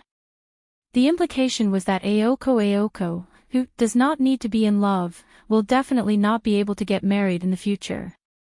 After all, Ayoko did equate love with wasting time. This unexpected attack caused unimaginable damage, and it made Aoko's eyes twitch. And the group of students who witnessed the dangerous confrontation between the legendary transfer student and the president of the student council were boiling. Could it be that our school finally has a person who can suppress the president of the student council? Amazing. Too amazing. I'm so touched. No, I have to take out the special feature I have been hiding for a long time and share it with Noah. This way, I can show my respect to the transfer student. Even others were like this. As the vice president of the student council, Yuan Maru, who had been poisoned by Aoko for 1 or 2 years, almost directly gave Noah the word, convinced. Aoko, who clearly heard the discussion behind her, held back her anger. She looked at Noah with a fake smile, and her eyes were fierce. Are you free after school? The same sentence. The same tone. But when she said it again, Aoko's whole body emitted a frightening sense of oppression. The students who were still talking were like ducks who were strangled by the neck. Their voices came to an abrupt stop, they looked at each other, and then stepped back without any backbone. Noah laughed in his heart, and no longer teased Aoko, he straightforwardly said. After school, I have to do tutoring. Even if the president of the student council wants to invite me on a date, I'm not free. Aoko's head made a snap sound, as if something was broken. If it was someone else, even if they didn't beat up Noah, they would definitely turn around and leave. Unfortunately, the words defeat and convinced never existed in Aoko's dictionary. For Aoko, turning around and leaving was equivalent to admitting defeat. Therefore, the more Noah refused, the more angered Aoko was, and the more difficult it was for Aoko to face the difficulties. At this moment, Aoko took a deep breath, calmly looked at Noah, and said in a businesslike manner. According to the rules of Mitsui High School, students are not allowed to work privately. Even if they apply, they can't work more than 4 hours a day without holidays. Hearing this, Noah raised his eyebrows. And then, Aoko smiled. Her smile was very charming, but it also chilled everyone's heart. 4 hours, I can still wait. I hope Noah-san won't let me wait too long.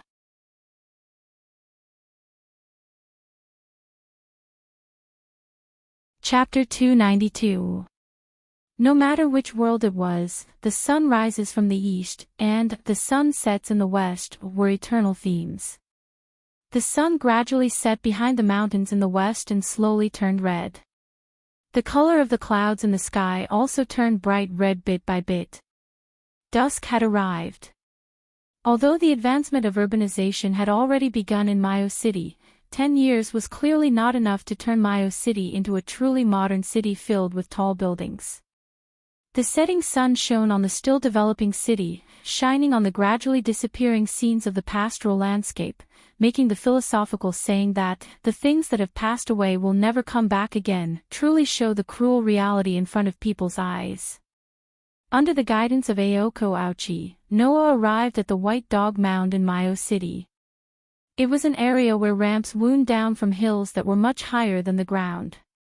A long time ago, people believed that they should not live in places that were too high, so there were no signs of human habitation at a certain height. Similarly, the White Dog Mound was no exception, there were no houses on the hill. If one walked along the road and climbed up the slope, not long after, a forest would appear in front of the road, surrounding the asphalt road. On such a slope, Aoko walked at a steady pace without stopping. Clearly, she was already very used to this kind of long journey. Beside Aoko, Noah walked along the slope with a calm expression. Not to mention a difficult expression, there was not even a drop of sweat on his face. He even had the spare energy to observe the surroundings and enjoy the scenery. Although the physical ability was limited to the level of an ordinary person, the ordinary person here was naturally at a better level. If it was only climbing, it was not difficult for Noah at all. Not to mention, Noah also had the breathing technique that could quickly restore his physical strength and increase his endurance. Not to mention other things, his physical strength was definitely sufficient. This made Ayako Ouchi could not help but glance at Noah. I didn't expect your physical strength to be so good. No wonder you could beat up those senior students who were looking for trouble. So your good physical strength is also related to good fighting?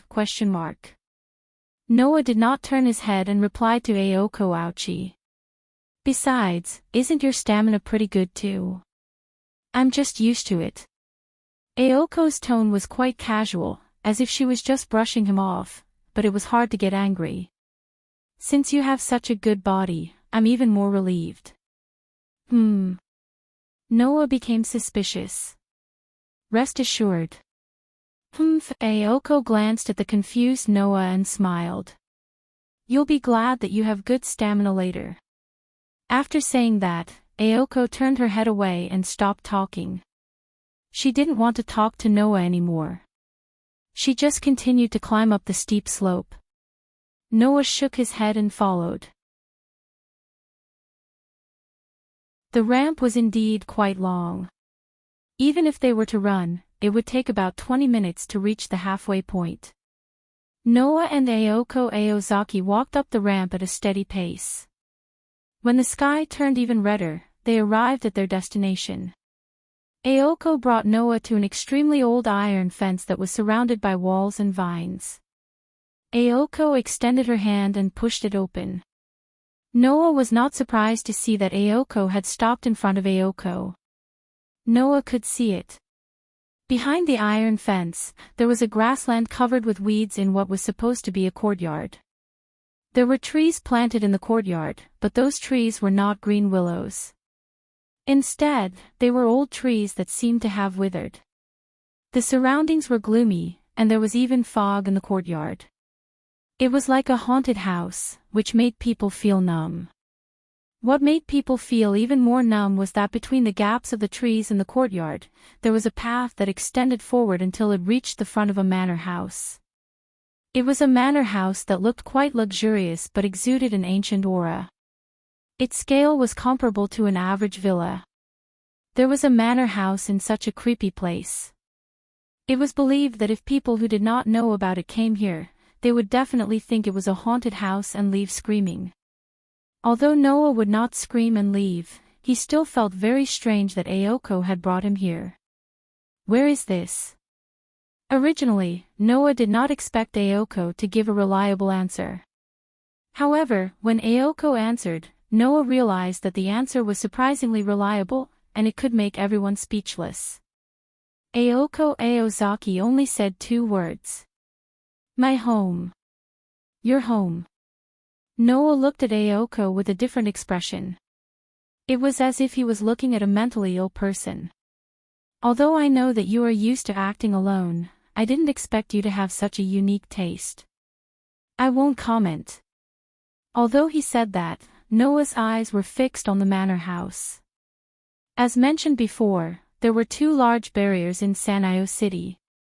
One of them was used to survey and detect the movement of magic, and the other was used to gather the magic underground of Sanyo City in one place. At this time, Noah sensed that the magic underground of Sanyo City was gathered in the manor house in front of him. In other words, the person who lived in the manor house in front of him was the manager of Sanyo City's spiritual vein. Ayako said that this was her home. In other words, Ayako was indeed the manager of Sanyo City's spiritual vein. No. It should be said that she was one of the managers. The dark girl last night was obviously also the manager of Sanyo City's spiritual vein.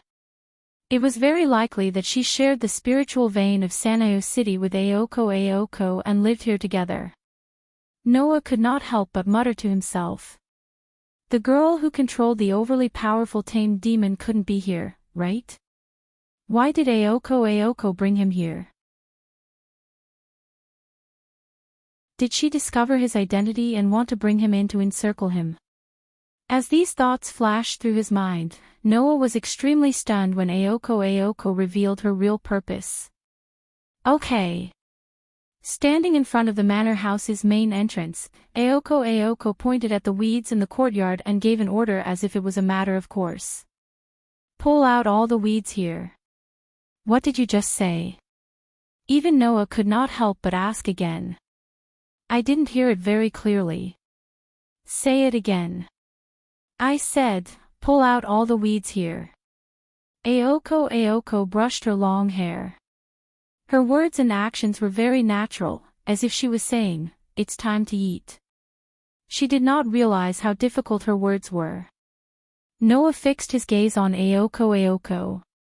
When he realized that Ayoko's expression did not seem to be joking at all, but was very serious, he turned his head without hesitation and walked in the direction of the iron fence. However, after walking for a short while, Noah's body suddenly paused. Immediately, he took a small step to the left. Whoosh! At the same time, a slender leg, like a thick and heavy whip, hit the spot where Noah had been standing. Ha! Ayoko, who had thrown her leg without hesitation, was surprised, as if she did not expect Noah to be able to dodge her attack. Paw!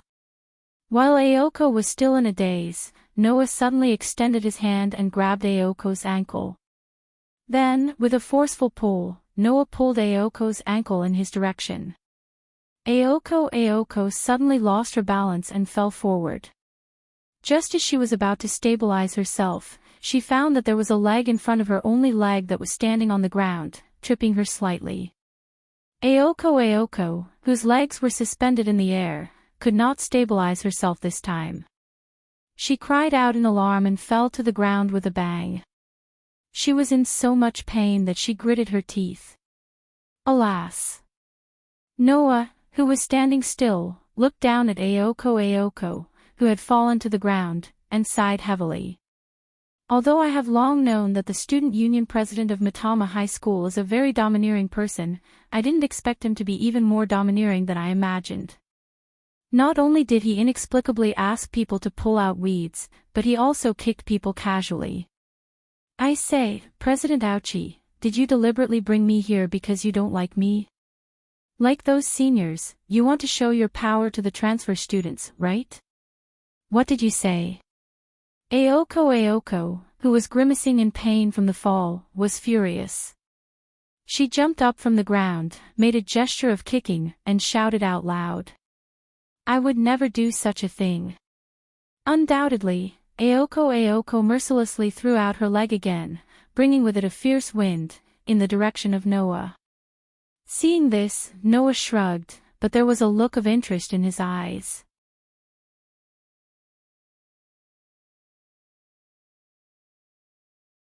Chapter 293. Paw dash. Goo dash. A muffled sound was heard, followed by a muffled groan. Ayoko, who was once again thrown to the ground by him, looked at him as if he was her enemy. Her face was full of stubbornness, and Noah couldn't help but feel amused. I say, President Ayoko, you're not my opponent, shouldn't you stop? Who are you saying is not your opponent? Ayoko stood up from the ground, but she felt like her whole body was about to fall apart, and her heart was filled with hatred. Ayoko Aozaki was a magician. Ayoko thought that she hid this matter well, but she didn't know that this matter was already known by the boy in front of her who she hated to the core. If it was magic, Ayoko certainly wouldn't lose to Noah, who was an ordinary person. However, the essence of magic was to hide. If an ordinary person witnessed the existence of magic, the magician who exposed the existence of magic must eliminate the witnesses. Ayoko hated Noah to the core, but that was only anger, and not to the point where she wanted to kill Noah. Therefore, without exposing the existence of magic, if Ayoko wanted to teach Noah a lesson, she naturally had to rely on ordinary means. Originally, Ayoko also knew some fighting skills. Otherwise, the students of Mitsui High School would not be so afraid of her. It was because of these fighting techniques that Aoko was able to kick the former student council president, who had tried to pursue her and stalk her, out of her mind when she had just entered Sandy High School. Aoko then applied to transfer to another school. With this great deed, Aoko's pursuers in Muran High School finally didn't dare to bother her anymore, and they were afraid of her like a tiger. I'm afraid that this was the reason why Orimara gave such exaggerated advice to Noah, who was planning to pursue Aoko Aozaki, because he thought that it was him. Unfortunately, this fighting technique was no different from a child playing with mud in the eyes of Noah, whose fighting skills and fighting experience had long surpassed God. If it weren't for Noah deliberately controlling his strength, and deliberately changing her landing posture when she fell, so that Aoko would only feel a little pain and not be injured, she would have more or less suffered some superficial wounds. You still want to fight? Seeing that Aoko was about to rush up again, the smile on Noah's face disappeared little by little, and he finally had a headache. President Aoko, I heard that you hate people who pester you. What you're doing now is no different from pestering someone. Aoko was furious. But Aoko had to admit that she knew that she was no match for him, but she still rushed up to him like a pester. Aoko, who had nothing to say, could only glare at Noah. Her eyes were on the verge of spitting fire. In Aoko's heart, Noah must have become a hateful and loathsome person, just like the person who killed her father. Not fighting anymore. Noah shrugged. Then I'm leaving. Wait. Aoko Aozaki shouted.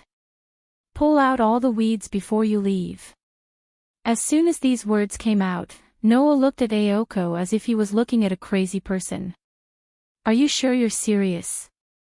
Aoko's expression changed. After a while, she finally put away her posture and looked straight at Noah with a sullen face. I understand. I didn't make it clear. I apologize. Aoko's tone returned to her usual indifferent and businesslike manner. Noah knew that Aoko had calmed down, so he didn't rush to leave. He stood there and looked at Aoko, indicating that she should explain. As you can see, there are indeed a lot of weeds here. My roommate and I want to tidy up this place. Aoko seemed to have regained her composure. She also seemed to have forgotten that Noah had thrown her to the ground many times. She said this. Originally, I wanted to pay someone to help me clean up, but my roommate doesn't like humans, so I wanted to find someone to help. In the end, I'm the sacrifice. Noah sighed. Also, the reason for hating humans is really new. Also, does President Aoko think that I'm not human? Compared to someone who I don't know where they found you, you're still a student of my school. My roommate shouldn't be hostile to you for no reason. Aoko glanced at Noah. It's my fault for not making it clear in advance. We won't let you work for free. We'll pay you well. You don't have any objections, right? Noah wanted to say, yes, but after thinking about it carefully, he dismissed the idea. This was Aoko's residence. The magical power of the spiritual vein in Sanyo City was also gathered here. Since Aoko was likely to be the manager of the spiritual vein in Sanyo City, and the girl who controlled the giant last night was also the manager of Sanyo City, then could there be a third manager? Since he had nothing to do, he might as well stay and observe the situation. Maybe he could find something new. As for pulling weeds, it was not a problem at all. In the world of fairy tale, Noah had trained in the deep mountains for 4 years. At that time, in order to train his physical strength, what kind of hard training did Noah not do? Pulling weeds. That was not hard at all. With this thought, Noah nodded and agreed. Since President has asked me for help, I'm just a transfer student. If I don't help, I might be bullied. It's better to be sensible. Aoko's mouth twitched. She kept telling herself not to be angry. If she was angry, she would fall into the enemy's trap and be led by the nose. Oh, right, Noah, who was squatting down and preparing to pull weeds, turned around and smiled at Aoko. Remember the pay you mentioned? Aoko's temples were bulging with veins. She clenched her fists tightly and her delicate body trembled. In the end, she realized that she could not control her anger at all, so she decided to just ignore it. I hope you can finish before the sky turns dark. Just as Aoko was about to enter the manor house, she seemed to have thought of something. She turned around and said to Noah in annoyance, "Don't worry.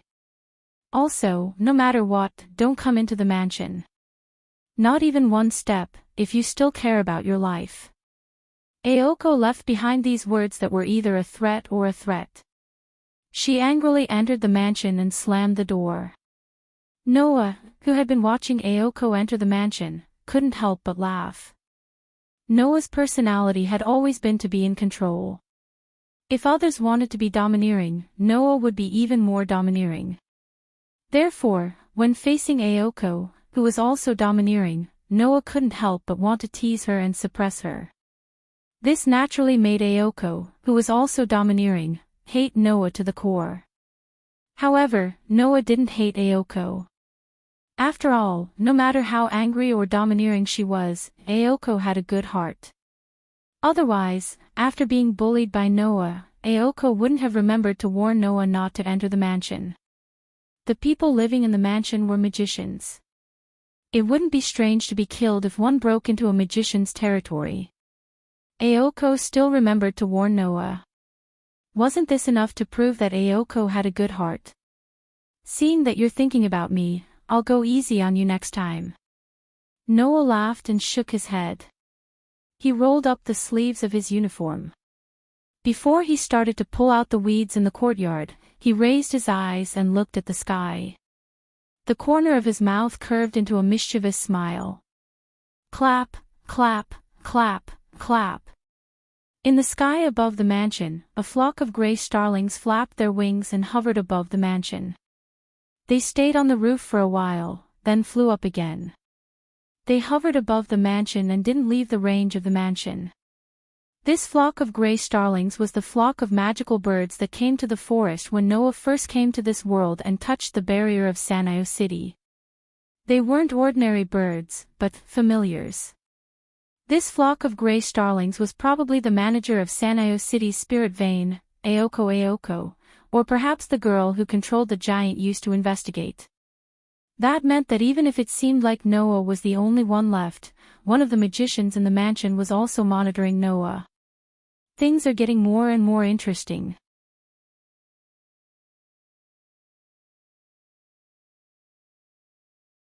Chapter 294. The night came quietly. At that moment, the haunted house-like mansion was lit up with some lights. The lights shone on the courtyard that was surrounded by dead trees, bringing some light to it. In the courtyard, there were many black garbage bags filled with weeds piled up. At first glance, there were at least 10 or 20 of them. These black garbage bags were all filled with weeds. One could imagine how many weeds there were here. Noah, who had put on a pair of rough white gloves at some point in time, pulled out the last handful of weeds and stuffed them all into the garbage bag in his hand. Without panting or blushing, he patted the gloves that stirred up waves of dust. Not long after Noah began to pull out the weeds, Aoko came out of the mansion and threw a pair of gloves to Noah. Even though Aoko was very cold at that time, there was still no way to hide the fact that she was kind enough to give gloves to her enemy. This made Noah feel that Aoko was the kind of girl who had a sharp tongue but a soft heart. But, it seems like there are a lot of weeds here. Noah looked at the pile of garbage bags in front of him, which was taller than him, and was a little speechless. How long has it been since someone came here to do maintenance? As if to specifically respond to Noah's question, a lukewarm voice sounded from behind Noah.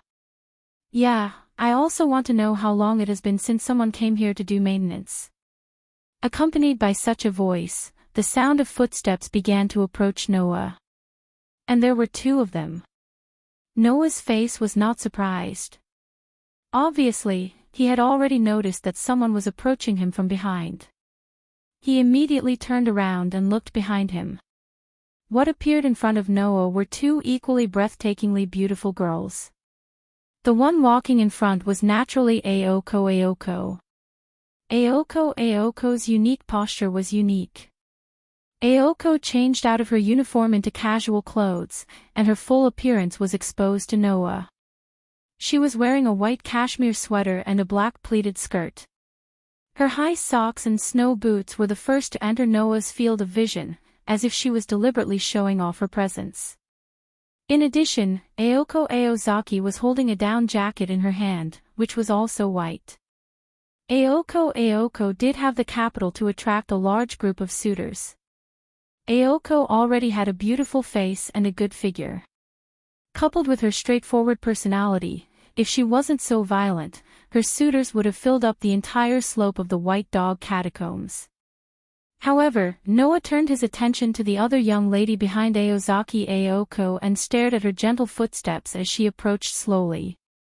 Compared with Aoko who exuded vitality, the girl behind her seemed to be in sharp contrast with Aoko. She was surrounded by a tranquil atmosphere. Delicate like a doll's appearance. White pearl-like skin. Slender like an animal's limbs, she was as petite as a doll. Her shoulder-length black hair swayed in the wind. His eyes were dark and deep. It was a girl darker than the night, but clearer than a lake. The person who came was the dark girl who controlled the giant last night. As Noah expected, the dark girl and Aoko lived together, and they were both managers of the Spirit Vein in Sanyo City. Accompanied by quiet footsteps, the dark girl once again appeared in front of Noah. Her pair of impressionable eyes without any emotion were staring at Noah. She was not afraid of Noah's gaze. If it was a young girl, even if she didn't have any strange thoughts in her heart, she would still unnaturally avoid looking at the opposite sex, right? But the girl did not have this concern at all. She looked at Noah. Although she was not sizing him up, Noah could feel that the girl in front of him was undoubtedly scrutinizing him. However, in the process of examining him, the young lady suddenly furrowed her brows and her dark eyes deepened as she looked at Noah. Being stared at by such a pair of empty cold eyes, it was believed that even an Iron Man would find it unbearable. Noah wasn't affected much, but he pretended to look away and smiled at Aoko Aozaki. "Is your friend in a bad mood?" Hearing this, the demonic girl was still expressionless, but Aoko Aozaki burst out laughing. Don't mind it. Yuju is like this to everyone. She is just expressionless." This time, the girl could not continue to ignore him. She glanced at Aoko, and Noah could clearly see a trace of dissatisfaction emerging in her eyes. It seemed that this doll-like little girl was not as emotionless as she looked on the surface. There was still a warm place in her heart. Her name was Yuju, right? Originally, Noah wanted to pretend that he did not know Yuju and greet her, but when he looked in Yuju's direction, his heart could not help but beat like a drum. Because, from beginning to end, Yuju had been staring at Noah with emotionless eyes, as if she could see some secret from Noah. Even if the other party was Noah, he could not bear this oppressive silence. This made Noah very puzzled. Could it be that she recognized him? Yuju. Aoko seemed to have noticed that Yuju's behavior was a little different from usual, but she did not ask Yuju anything. Instead, like Yuju, she looked at Noah and did not let go. Being stared at by two girls who were very charming in all aspects, Noah could not stay calm no matter how calm he was, and immediately frowned. "What are you two doing? Is there grass growing on my body?" Aoko silently looked at Yuju, but all she got in return was Yuju closing her eyes as if she had fallen asleep, which made Aoko sigh. "Don't blame me, I don't know what I'm doing now." "You're done." As if deliberately changing the topic, Aoko pointed to the black garbage bag pile. "You're quite capable. You actually finished it when it was dark." As if satisfied with Noah's performance, Ayoko nodded. I'll give you the reward tomorrow at school. You can go back now. If you can take this garbage away, I'll be more grateful. That's all.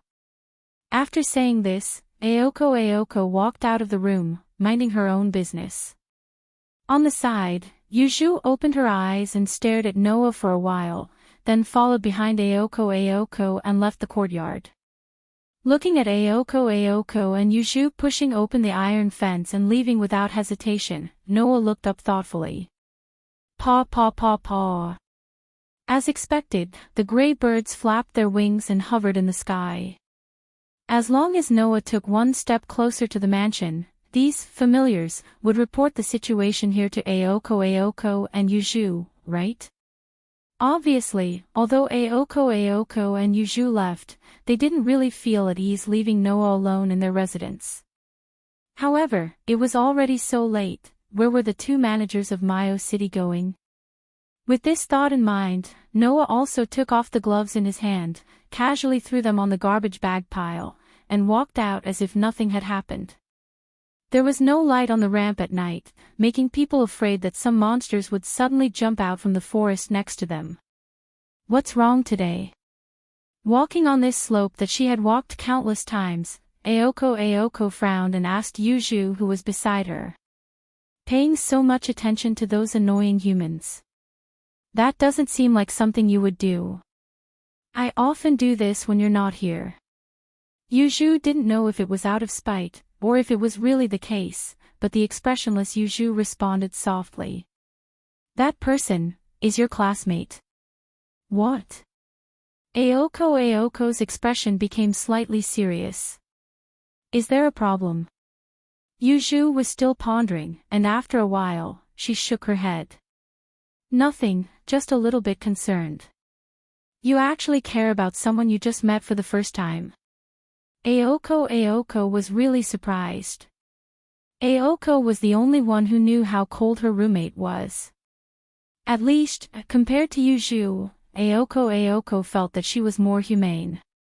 And as if she was impatient with Ayoko's shock, Yuju looked at Ayoko with condemnation and changed the topic. Are you ready? You don't have to keep confirming.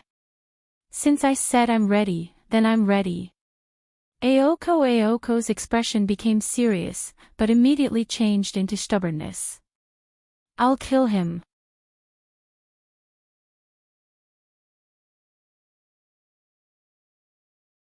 Chapter 295. There was no moon in the night sky today. Thick layers of dark clouds covered the entire dark night sky, shielding all the light sources in the sky on the other side. Whoo! The bone-piercing cold wind seemed to want to freeze everything, bringing along an unbearable low temperature, pervading every corner of Mayo City. Da-da-da. Accompanied by the sound of powerful footsteps, at the end of the cold wind, two girls as dark as the night slowly walked out. Braving the bone-piercing cold wind, they arrived at a ruin. We're here. Yuju was the first to stop her footsteps, and even closed her eyes, as if she didn't want to be associated with Ayoko, retreating to the side. Compared to the expressionless Yuju, Ayoko's expression was a lot more tense. Her face was full of a grim expression, and her usually fierce eyes were filled with a sinister expression. Her appearance was as if she was about to step into a battlefield. Is it here? Ayoko looked straight ahead, and asked without turning her head. According to the boundary, the location of the intruders is here. One of them. Yuju said indifferently. The other two were in the forest, but they've already been dealt with. Yuju was naturally referring to the two men who hid in the dark and launched a sneak attack last night, putting Yuju in danger. In this world, magicians were not so much a group of people who controlled power, but rather a group of people who researched power. The fundamental goal of magicians was to reach the source, and magic was only a means to achieve this goal. Therefore, magicians weren't necessarily strong, but they were definitely researchers. In order to research magic, magicians would usually choose a spiritual vein as their base of operations. With the support of a spiritual vein, magicians had a great advantage. For example, performing magic, setting up boundaries, preventing outsiders from entering, accumulating magic power, and so on. All of these were of great help to magicians.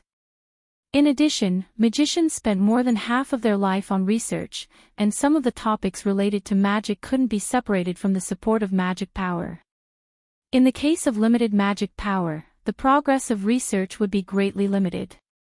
In this way, a spiritual vein with a large amount of magic power would naturally be in high demand. However, the spiritual veins in this world were either owned by a magician group for the purpose of researching magic, the Magic Association, or managed by the most prestigious magician family. Magicians from outside couldn't borrow the power of a spiritual vein. There were only 3 ways for magicians to borrow the power of a spiritual vein.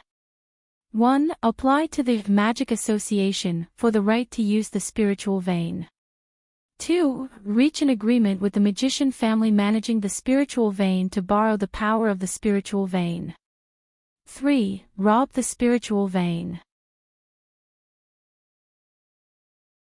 Aoko Aozaki and Yuju were currently encountering the third type of situation, which was a foreign magician who had come to snatch the spirit vein. The 2 fisheye men from yesterday were also one of them. The enemy they were about to encounter tonight was also one of them. As for Noah who hid his identity, Aoko didn't know of his existence. Yuju also didn't say anything about what happened last night, intentionally or unintentionally hiding the matter of Noah. Unexpectedly in such a conspicuous place. Aoko, who didn't know this, nodded heavily. She looked around the ruins and fixed her eyes on the road not far away. She was speechless. Yuju, has the boundary been set up? Yuju didn't speak. Aoko knew that with Yuju's personality, she might have already set up a boundary when she arrived at the scene. Although it wasn't a big deal, it was a pity that Aoko was just an apprentice magician. Aoko had been learning magic for about 1.5 years, not even 2 years. Compared to Aoko, Yuju had been practicing magic since she was a child and was now an outstanding magician who could take charge of her own tasks. Compared to Aoko, who was still a novice magician, Yuju was a true magician. She had always followed the rules of a magician, to the point that she was rigid in her actions. Thus, Aoko Aozaki aside, Yuju would definitely carry out the concealment is the essence of magic from beginning to end. Compared to Yuju, Aoko was indeed much weaker. At least, the gap was not small at all. Of course, Aoko had her own uniqueness. However, this uniqueness wasn't something that Aoko could rely on right now. Therefore, tonight could be said to be the day of Aoko's transformation. This was because Yuju wouldn't interfere in tonight's battle. This was Aoko's first battle. It was also her first battle where she decided to abandon human morality and kill with her own hands. It was easy to imagine how important this was to Aoko, who had been living the life of an ordinary person not long ago and followed the norms of an ordinary person's behavior. However, Aoko wouldn't run away. Running away wasn't something that Aoko would do. Therefore, Aoko had to bury the human part in her heart. Kacha. At this time, a mechanical sound was heard from the other side of the ruins. Aoko instantly reacted. She suddenly turned around, looked in the direction of the sound, and raised one of her hands. Buzz! On Aoko's arm, a burst of light suddenly flashed, penetrating her clothes and illuminating her dignified face. Taking a closer look, the light bloomed from a tattoo under Aoko's sleeve. That was the magic engraving. The magician had spent his entire life's energy to fix and stabilize the magic that originally had no substance. It was purely a bunch of tactics, so that they could become a part of his body. The result of this was the magic seal. The magic engraving on Aoko's body was the crystallization of magic passed down from generation to generation.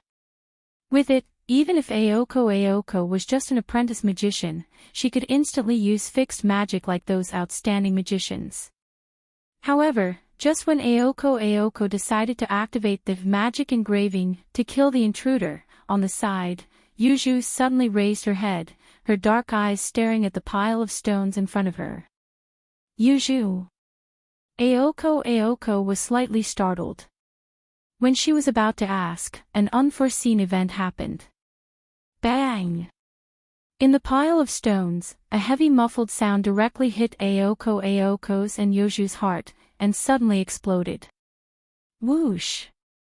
Then, a black shadow was thrown out of the pile of stones like garbage and fiercely hit the ground. Bang! Immediately, the black shadow shattered into pieces and scattered all over the ground. That was actually a puppet. Whoosh! Aoko and Yuju didn't have time to react. In the original pile of stones, a figure rushed out at an extremely fast speed, turned a corner, and disappeared at the end of the road outside the ruins. Aoko and Yuju only then reacted. The two girls knew that they had been fooled. They originally thought that the intruder was here, but in the end, it was only an automatic puppet sent by the other side. And obviously, there was another person here just now. Don't run. Aoko was slightly surprised. Yuju. Chase. Aoko said, but found that Yuju didn't move at all. She suddenly gritted her teeth and chased out. At the scene, only Yuju stood in the same place, staring at the figure and the direction Aoko disappeared in. Her dark eyes didn't have the slightest trace of emotion. In the dark alley, Noah dodged and came out from the other side. His eyebrows wrinkled a little, not knowing whether to laugh or cry. I was actually discovered in such a situation. Originally, Noah was just hiding in a corner, intending to observe Aoko and Yuju. In the end, unexpectedly, a puppet suddenly pounced on Noah, who was hiding in the pile of stones. Noah, who had the sensing ability, naturally couldn't be ambushed, but he reflexively kicked the puppet away. Therefore, as the puppet fell in front of Aoko and Yuju, Noah was also exposed. However, that puppet should be controlled by a magician. Noah thoughtfully touched his chin. And the two men with the split mouth who attacked Yuju last night. It seems that Sanyi City is more chaotic than I thought.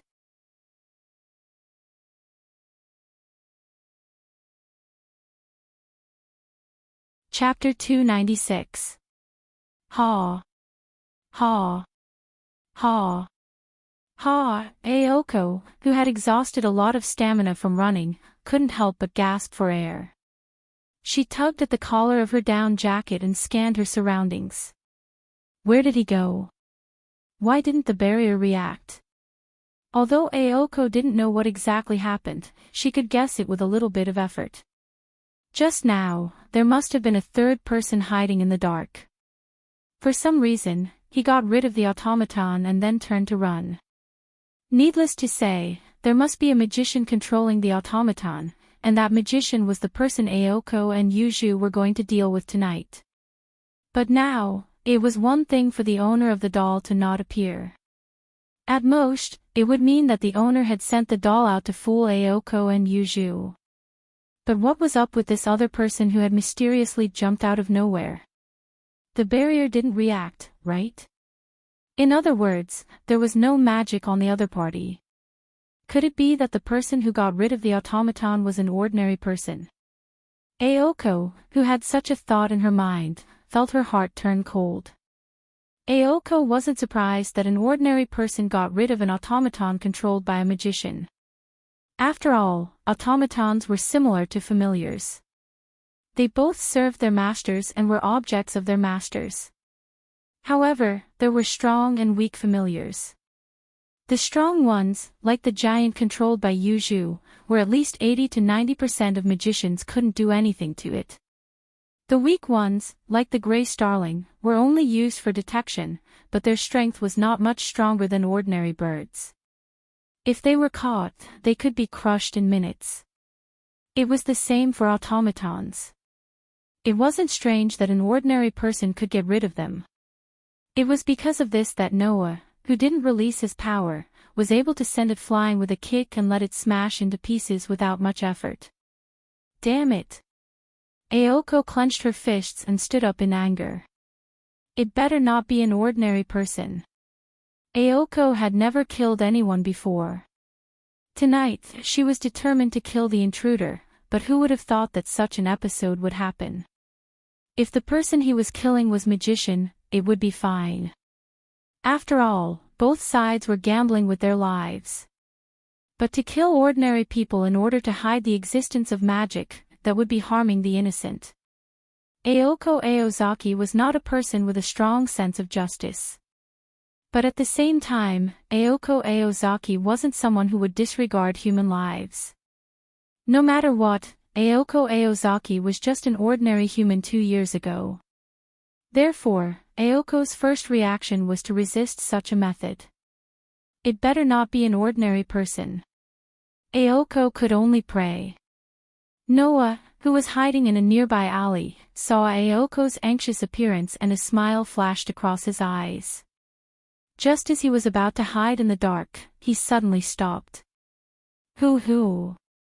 At this moment, the two black shadows were like rapidly bouncing rubber balls. With a swift and fierce sound of wind, they rose and fell a few times, streaking across space, and pounced towards Noah who had his back facing them. Slap! Without the slightest hesitation, Noah stomped hard on the ground and dodged aside by a hair's breadth. Gotcha! Gotcha! This was the sound of a huge beast opening and closing its mouth full of sharp teeth. The two ball-like black shadows suddenly fell on the spot where Noah was just a moment ago. Their bodies began to split evenly from the middle and turned into two sharp crocodiles. They bit down viciously at Noah's position, causing some sparks to fly. If Noah had stayed in that place just now, he would definitely have been bitten by the two sharp mouths of the crocodiles in front of him, regardless of the consequences. Noah, who had steadied himself, finally saw the full appearance of the two black shadows. They had the appearance of pigs, but their bodies were covered with stitches and stitches like dolls. Their bodies were about 1 meter long. He dodged it. He dodged it. He dodged it. The two little pigs were suspended in midair. Their bodies were moving back and forth without any pattern. Two noises could be heard from their bodies. How could he dodge it? How could he run? Wouldn't it be better if he let us eat him? Wouldn't it be better if he let us bite him?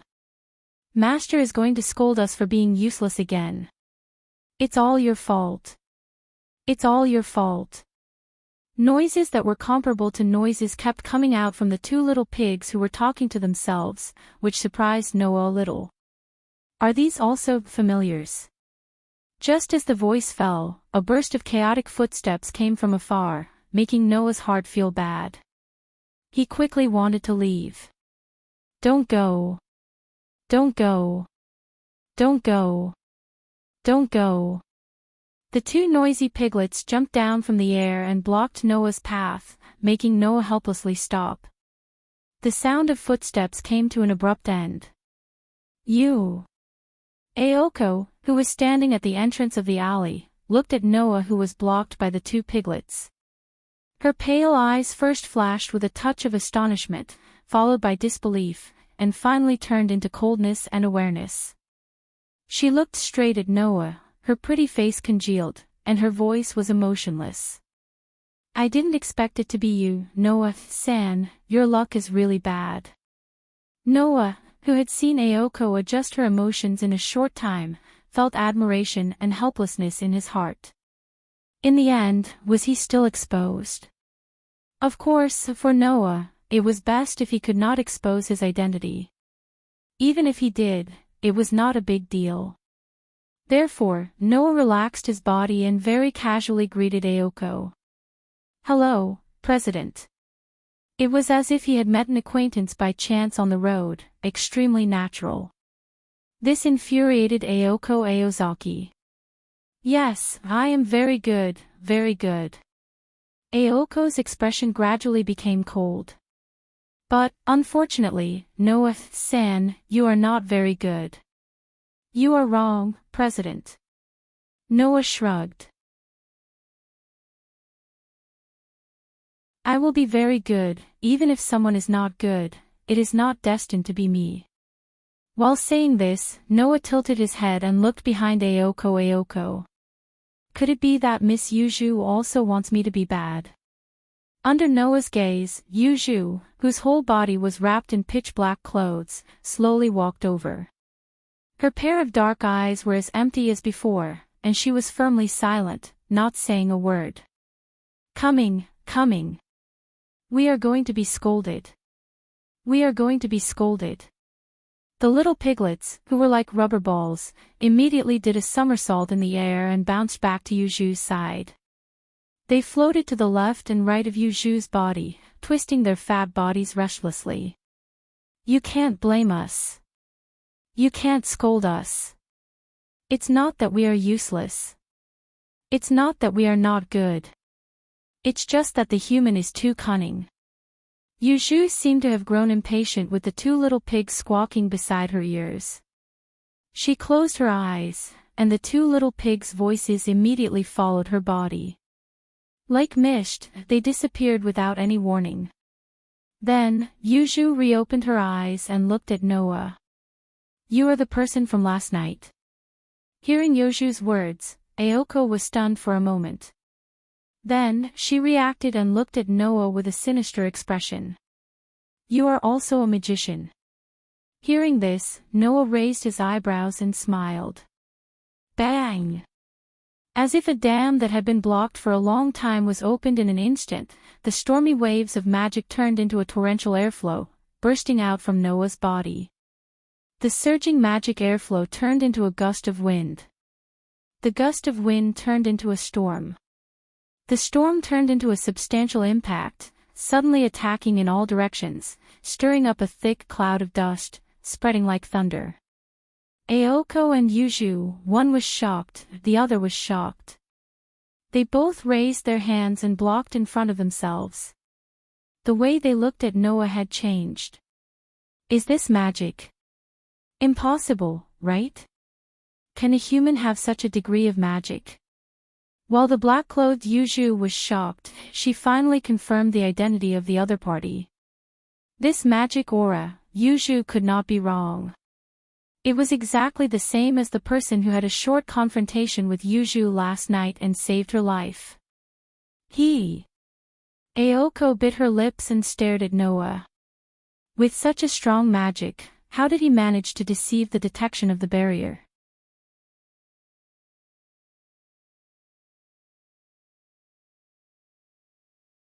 Chapter 297. The creator of Sanyo City's barrier wasn't Ayoko or Yuju, but the Ayoko family, Ayoko's grandfather, who was responsible for managing the spirit vein in Sanyo City. The Ayoko family was responsible for managing the spirit vein in Sanyo City, so they were very good at managing the spirit vein and resisting outsiders. In addition, the creator of Sanyo City's barrier was the previous manager of the spirit vein in the Ayoko family. In theory, if it wasn't a magician more capable than Ayoko's grandfather, then it was impossible to break the barrier in Sanyo City. However, the more outstanding a magician was, the more difficult it was to completely hide their magic power. Not to mention, Noah, who casually squandered his magic power and released it in the most wasteful way for no reason, had a smile on his face, but in terms of magic power, he was already inhumanly strong. With such a degree of magic power, it would be very difficult to hide even a part of it. Ayoko and Yuju didn't believe that such magic power could be hidden so perfectly in such a sensitive barrier. Even Ayoko, who they met almost every day at school, didn't notice it. Of course, the two girls didn't know that Noah actually didn't have a way to completely hide his magic power, or rather, Noah didn't know how to hide his magic power at all. The reason why Noah was able to hide his magic power was only because of the ability of a limit, which shielded and buried the sealed power. If he hadn't come to this world, Noah wouldn't have known that limit had such an additional ability. Therefore, Noah's answer to Aoko's words was also the same. It's just a little trick, President Sama, don't mind it. Aoko wanted to refute Noah, but in the end, she held back. Yuju didn't move and didn't say anything more. In any case, it was a fact that this boy of the same age was an enemy. It was useless to say anything more. Stomp. With a loud stomp, Aoko suddenly took a step back and stretched out her hand to Noah. Connect. Like a spell, the word Aoko spat out directly turned into a key and opened the power in Aoko's body. As a result, the light of a magic engraving once again bloomed from Aoko's arm. Hum. A mechanical sound similar to that of an engine echoed from the arm that was emitting an ominous azure light. Witnessing all this happened, the smile on Noah's face gradually disappeared, and after a long while, he sighed. You really chose to make a move. Shut up. Aoko pointed her hand at Noah as if she was pointing a gun at him. She yelled angrily. I've been wanting to give you a good beating for a long time. The patterns bullet, SSS gun, S Revelo S. For SS, the S in SSS, S, bang, bang, bang, bang, bang. In the next moment, the sound was almost the same as the sound of a gun, but it was unusually loud, and turned into an echo. Accompanied by the faint blue light, it rubbed against the air, cut through space, and violently shot out. The faint blue flashes were extremely bright and dazzling light bullets. Or it could be called magic bullet. Whoosh, whoosh, whoosh, whoosh, whoosh. In the sharp sound of breaking through the air, the faint blue magic bullet turned into a faint blue light, and mercilessly fell in Noah's direction. His vision was filled with phosphorescent light. Looking at the magic bullet rapidly approaching, Noah just calmly raised his hand. Hum. The scabbard that released a golden light flashed from Noah's hand, and in the light, it disintegrated into pieces of dreamlike crystal, forming a beehive-like barrier in front of Noah. The faint blue magic bullet heavily landed on the dreamlike barrier. Bang, bang, bang, bang, bang. In the midst of the muffled sound, the light bullets formed by magic power exploded on the dreamlike barrier, turning into beautiful blue sparks, stirring up bursts of smoke and dust, and beautifully dissipating like fireworks. No way. Aoko, whose arm was still flickering with faint blue light, was stunned. It was not that Aoko was very confident in her magic bullet. She had already expected that the magic bullet alone wouldn't have much of an effect against an opponent with such a vast amount of magic power. However, Aoko really didn't expect that it would be completely ineffective. Aoko, don't be impulsive. On the side, the motionless Yuju frowned, and stared at the dreamlike barrier in front of Noah. That's not an ordinary wall, you can't break it. Wall? Aoko was startled. Oh. Did you notice? Noah, whose whole body was protected by the dreamlike crystal barrier, slightly raised the corner of his mouth. That's right. It's a wall. Wall. The scabbard's protection was indeed a wall. On the surface, the scabbard's barrier seemed to be able to block all incoming attacks, but in fact, the scabbard's real power was not blocking, but isolating. You should have heard of it, right? Noah's voice slowly drilled into Aoko and Yuju's ears. This is a noble artifact called Avalon. Noble artifact. Aoko's expression changed. Unlike Aozaki Aoko, Yuju reacted to the word Avalon and suddenly raised her head. Avalon. Legend has it that it was the eternal spring of King Arthur, and its true form was the scabbard that was crowned with the name Fairyland. Not only was it able to completely heal the user of any degree of injury, it could even stop the aging of the human body. If its true name was released, it could also be broken into hundreds of pieces to protect the owner from any interference. In terms of individual combat, it could be called a mobile fortress. Yuju was right. Avalon did not block all incoming attacks, but it placed Noah in the middle of Fairyland, isolating and excluding all external physical interference, just like a wall. It was a noble artifact that had reached the realm of magic, the strongest protection in this world. Therefore, what Gaia and Alea bestowed upon Noah was not an extremely powerful strength, nor was it an invincible weapon. Instead, it was absolute safety. With Avalon, no matter which world it was, as long as Noah's magic was not exhausted, there was almost no threat to his life. So, there's no point in continuing the fight. Noah looked straight at Aoko and Yuju, spreading his hands. I won't continue to play with you. Leaving such a sentence, Noah casually waved at Aoko and Yuju as if he was bidding farewell to a friend, turned around and walked to the other side of the alley. Wait. Aoko was about to call out to Noah, but was stopped by Yuju. It's useless. Yuju was like a statue.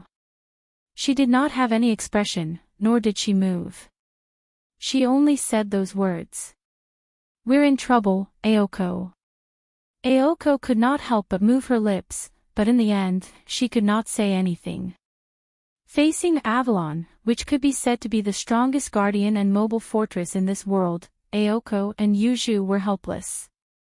Not to mention other things, just the existence of a noble artifact was not something that a normal magician could deal with. If the other party wanted to seize Sanyo City's spiritual vein, they could just swagger around and destroy the barrier of Sanyo City. Once the owner of the barrier was changed to someone else, Sanyo City's spiritual vein would no longer belong to Aoko and Yuju. Let's go back and think of a way to deal with it. Yuju's words were concise and to the point. This will be the biggest problem we've ever faced. Aoko nodded with a heavy heart, many thoughts flashing through her mind. Unfortunately, although Aoko had many thoughts in her mind, she did not think that Noah would not seize the spiritual vein. If Aoko knew that Noah didn't even know how to use the spirit vein, what kind of expression would she have?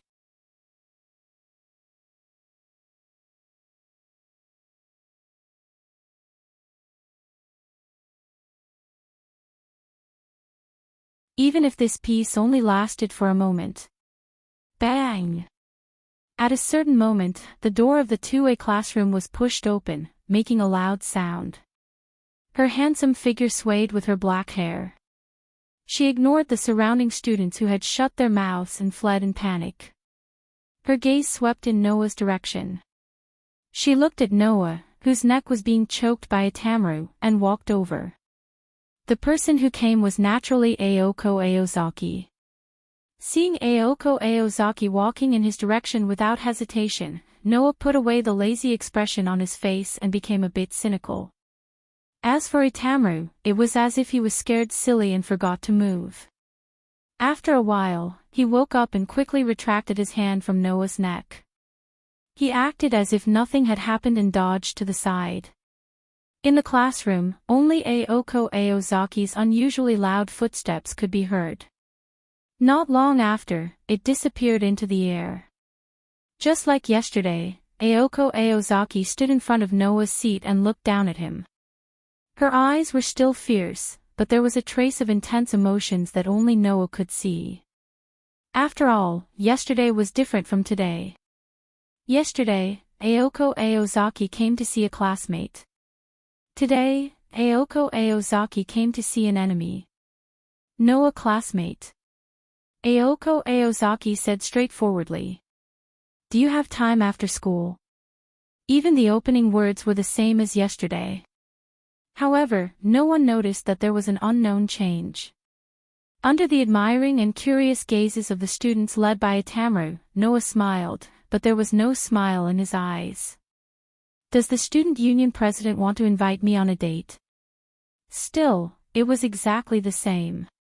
But this time, Aoko Aozaki's response was like a big bad wolf trying to lure a rabbit to open the door. It was cunning and evil. It's not just me. Even my roommate wants to have a memorable date with you. When this was said, the classroom was dead silent. What did this mean? Buy one get one free. Speaking of which, was this really a date? The students looked at Noah as if they were worshipping a god. As expected, transfer students were all legends. Only Noah understood the meaning behind Aoko Aozaki's words. It seemed that Aoko Aozaki and Yuju had either found a way to deal with Avalon, or they were planning to negotiate with Noah.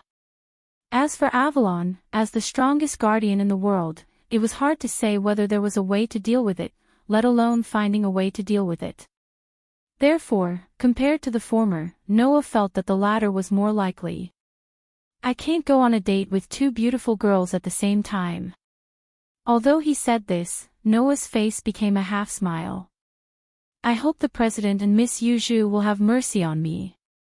Aoko Aozaki glared at Noah, turned her head, swung her waist-length hair, and walked out of the classroom without looking back. After school, stay in the classroom and wait for me. After saying this, Aoko Aozaki disappeared from the classroom door. Wow! Almost at the same time, all the students of 2A swarmed over and surrounded Noah. They started chattering, almost squeezing Uemaru out of the crowd. Uemaru was so angry that the veins on his forehead were about to explode.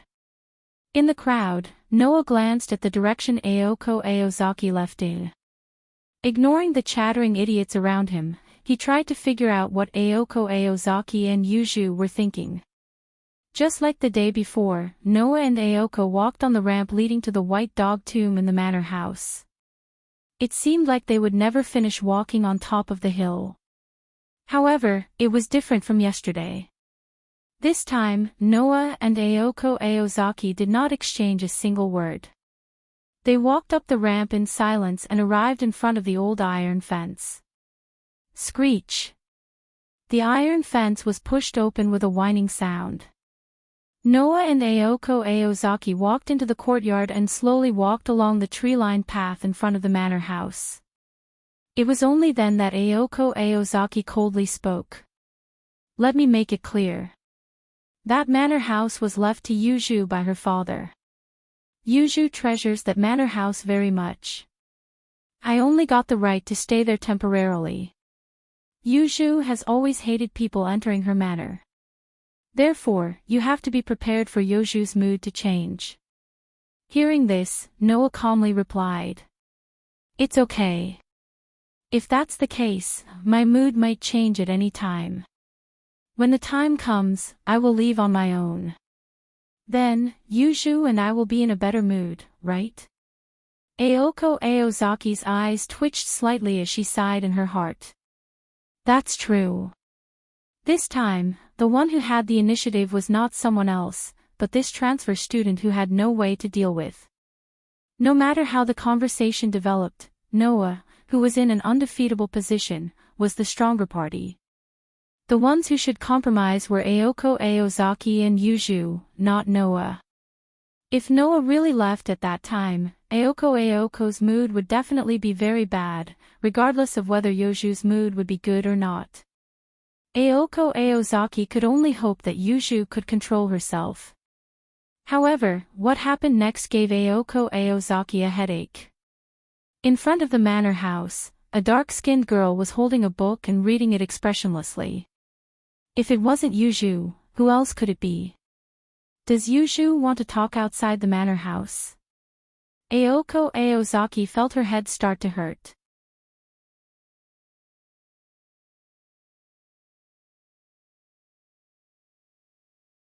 Chapter 299.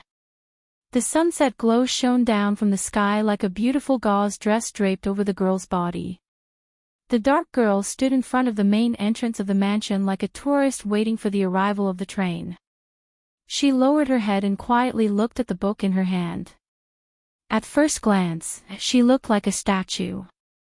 If it weren't for the girl moving her fingers from time to flip through the book in her hand, no one would be able to sense the slightest sign of life from her body and would mistake her for a real puppet or statue.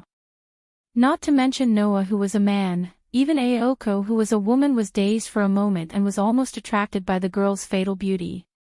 Even Noah's gaze was taken away and involuntarily fixed on the girl's body. However, this quiet beauty didn't last long. As if she felt Noah's gaze, Yuju slightly raised her head without the slightest warning. Her black eyes suddenly met with Noah's equally dark pupils. The man and woman's eyes were both darker than the night. However, one was as dark as the stars, while the other was as intoxicating as the moonlight. At this moment, it seemed that only the man and woman were left in the whole world, causing the air to be filled with a sense of oppressive silence.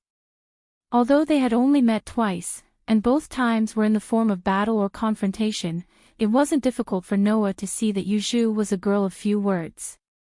Therefore, needless to say, it wasn't that Yuju didn't know what to say, but that she had long been accustomed to silence and didn't feel the slightest bit uncomfortable with silence.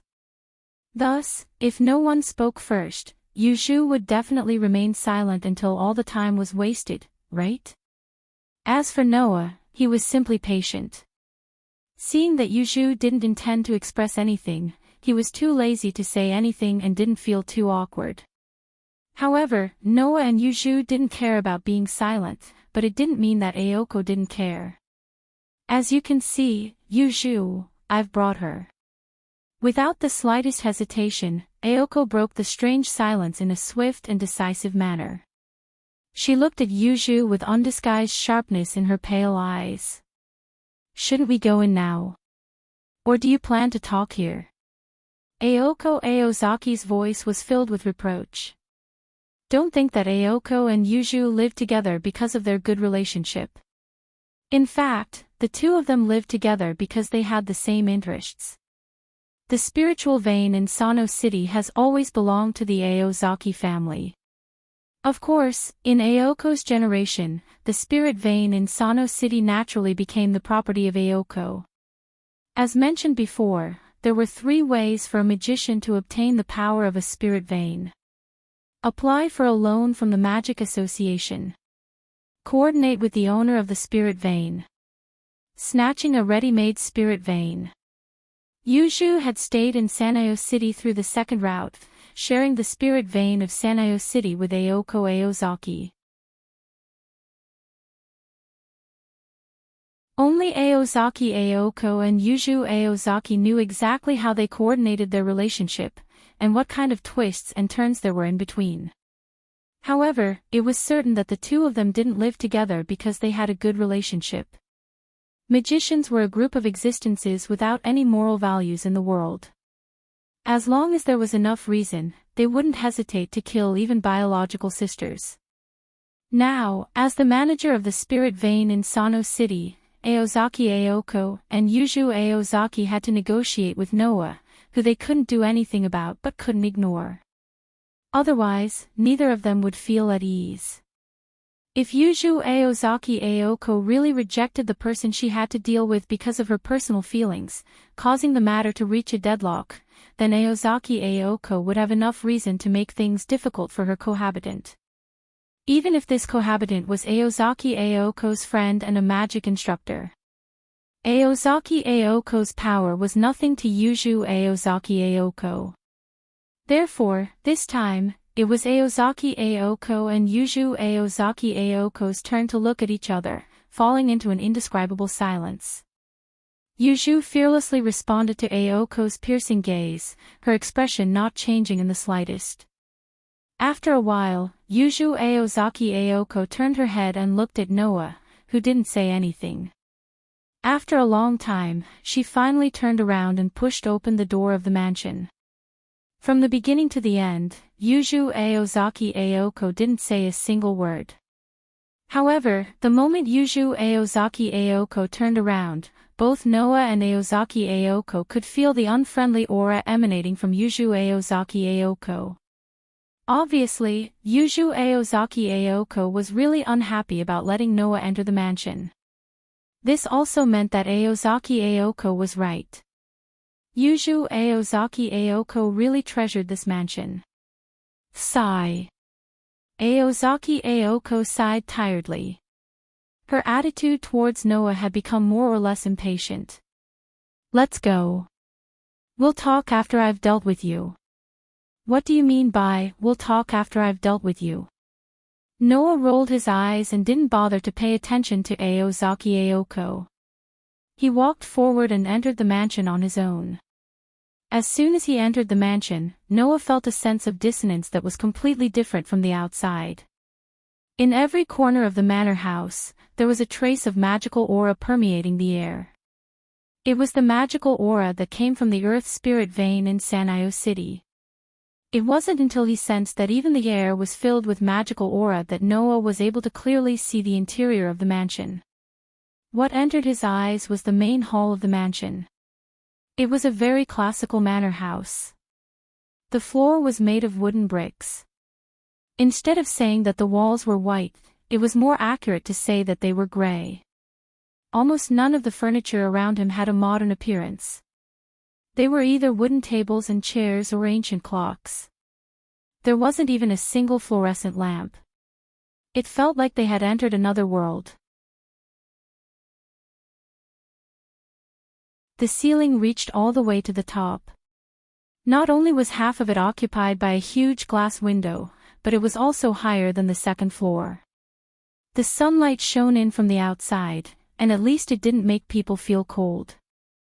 Yuju Aozaki Aoko didn't wait for Noah and Aozaki Aoko to enter.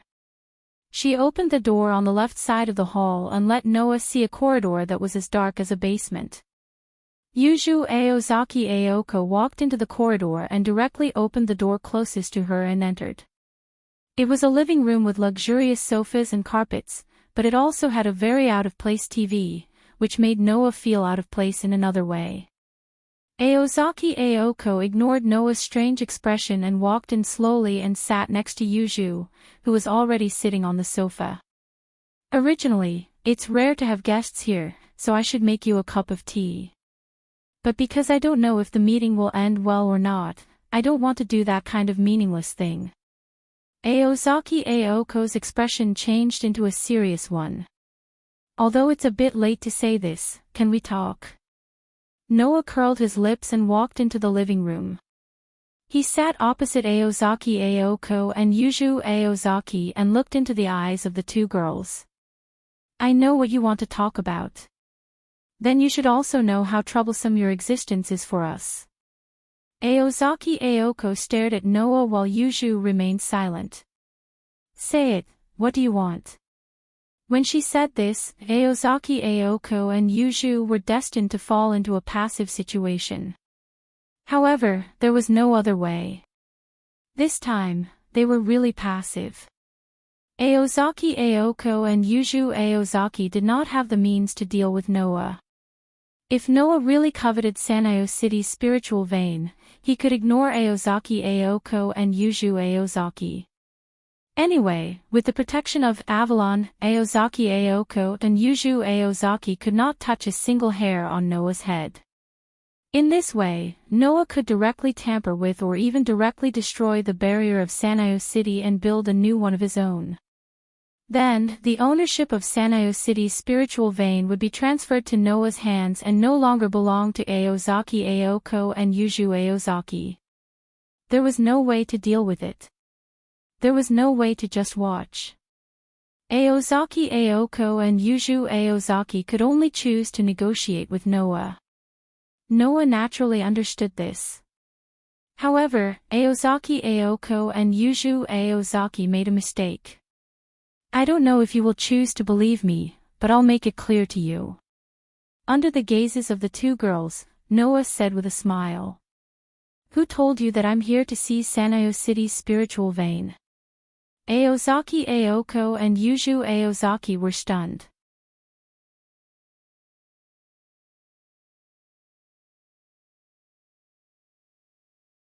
Chapter 300. What do you mean by that? Aoko loosened her arms and stared at Noah as if she was trying to find a flaw in Noah's expression. You're not here for the spirit vein. If you're not here for the spirit vein, what are you doing in Sanayo City? Are you trying to tell me that you're here to experience the life of a high school student? Aoko said this in a mocking tone, but there was an indescribable seriousness in her expression. Although Yuju was still expressionless, her brows were slightly furrowed. Aoko and Yuju weren't ordinary people. Even without their identity as magicians, they believed that no one would underestimate them. And now, their instincts were telling them that they had walked into a huge misunderstanding from the beginning. Therefore, Aoko and Yuju wanted to see something from Noah's expression, but Noah's calm expression only brought them disappointment. Therefore, Noah only used one sentence to block all of Aoko and Yuju's guesses. Do you think I have a need to lie? Aoko and Yuju instantly exchanged glances. That's right. Noah had no need to lie. This was because even if Noah frankly expressed that he wanted to obtain the spirit vein in Sanayo City, Aoko and Yuju couldn't do anything about it. In that case, did Noah have a need to lie? President, do you remember what I said when we first met in the student union office? Noah looked at Aoko with a spurious smile. I said that I came to Sanayo City by chance. Aoko subconsciously wanted to refute, but she couldn't find a reason or evidence to refute. Aoko gritted her teeth. Since you're not here for the spirit vein, you should leave Sanayo City. This is our territory. Strictly speaking, Aoko didn't own Sanayo City, but the spirit vein in Sanayo City. Naturally, Aoko didn't have the right to chase away outsiders.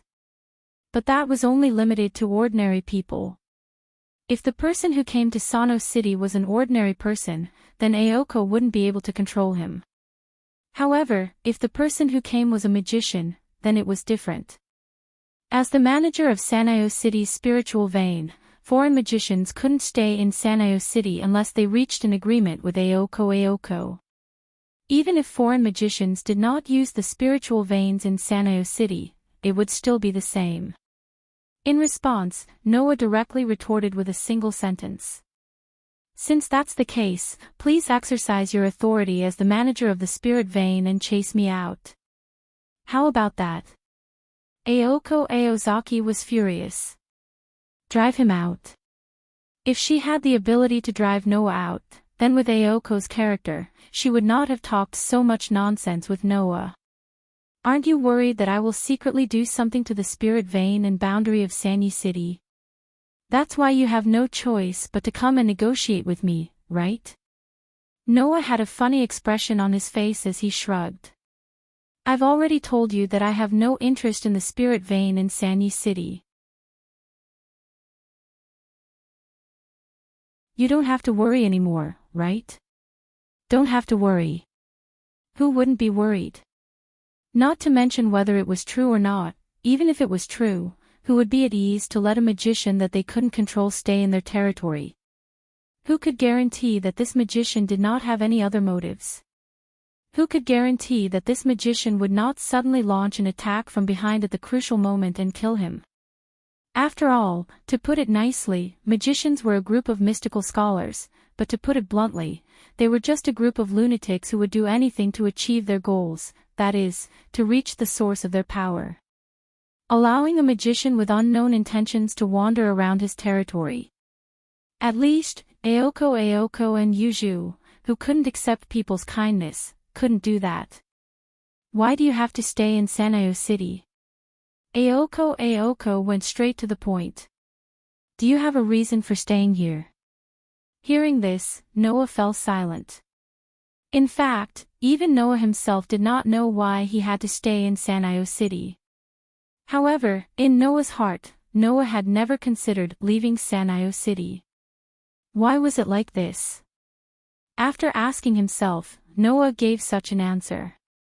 I only have one reason to stay here. Aoko and Yuju stood up solemnly at the same time. However, in the next moment, Noah's answer almost made the bad-tempered Aoko fly into a rage. Intuition. Noah suddenly smiled. Intuition tells me that I have to stay here. Only by staying here can I get what I want. Aoko's forehead suddenly had the word, well, printed on it, causing her to put on a fake smile. Noah, are you playing with me? I'm very serious. Noah leaned his body on the sofa and said leisurely. It depends on whether you believe it or not. In the living room, silence filled the air. Aoko's expression had already become somewhat uncertain. She obviously did not expect things to develop into such a difficult problem. After a while, she gave up and looked at Yuju. Yuju, what should we do now? Yuju was still silent. After a while, she stood up and walked out of the living room.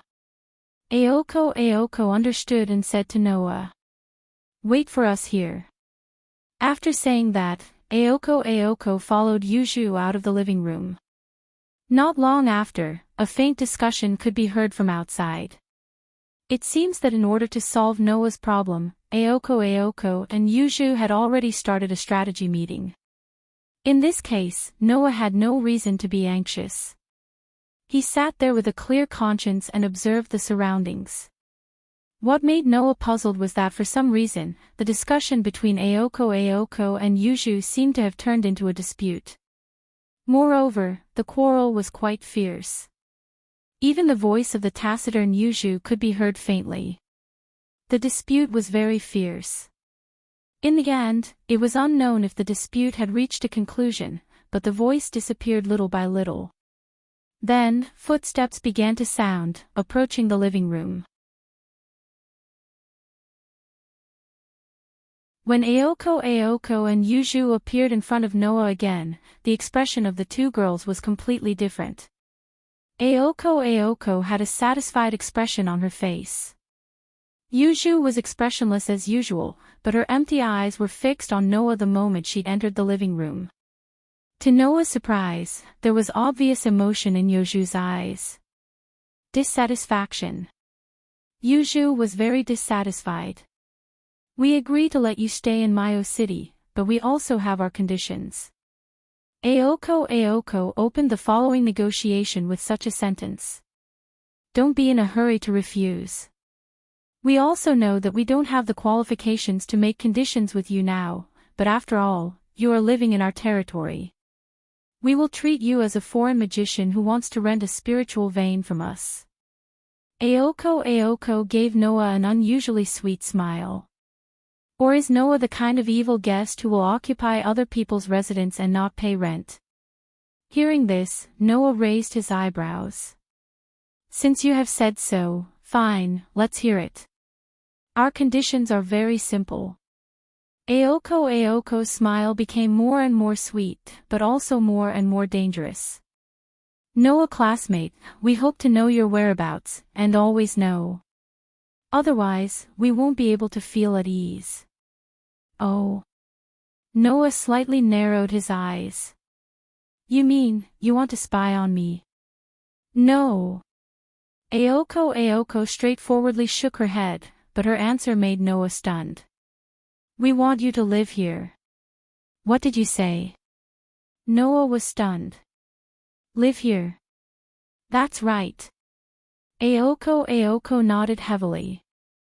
Only when you are under our eyes can we feel at ease. Noah finally understood why Yuju was so dissatisfied.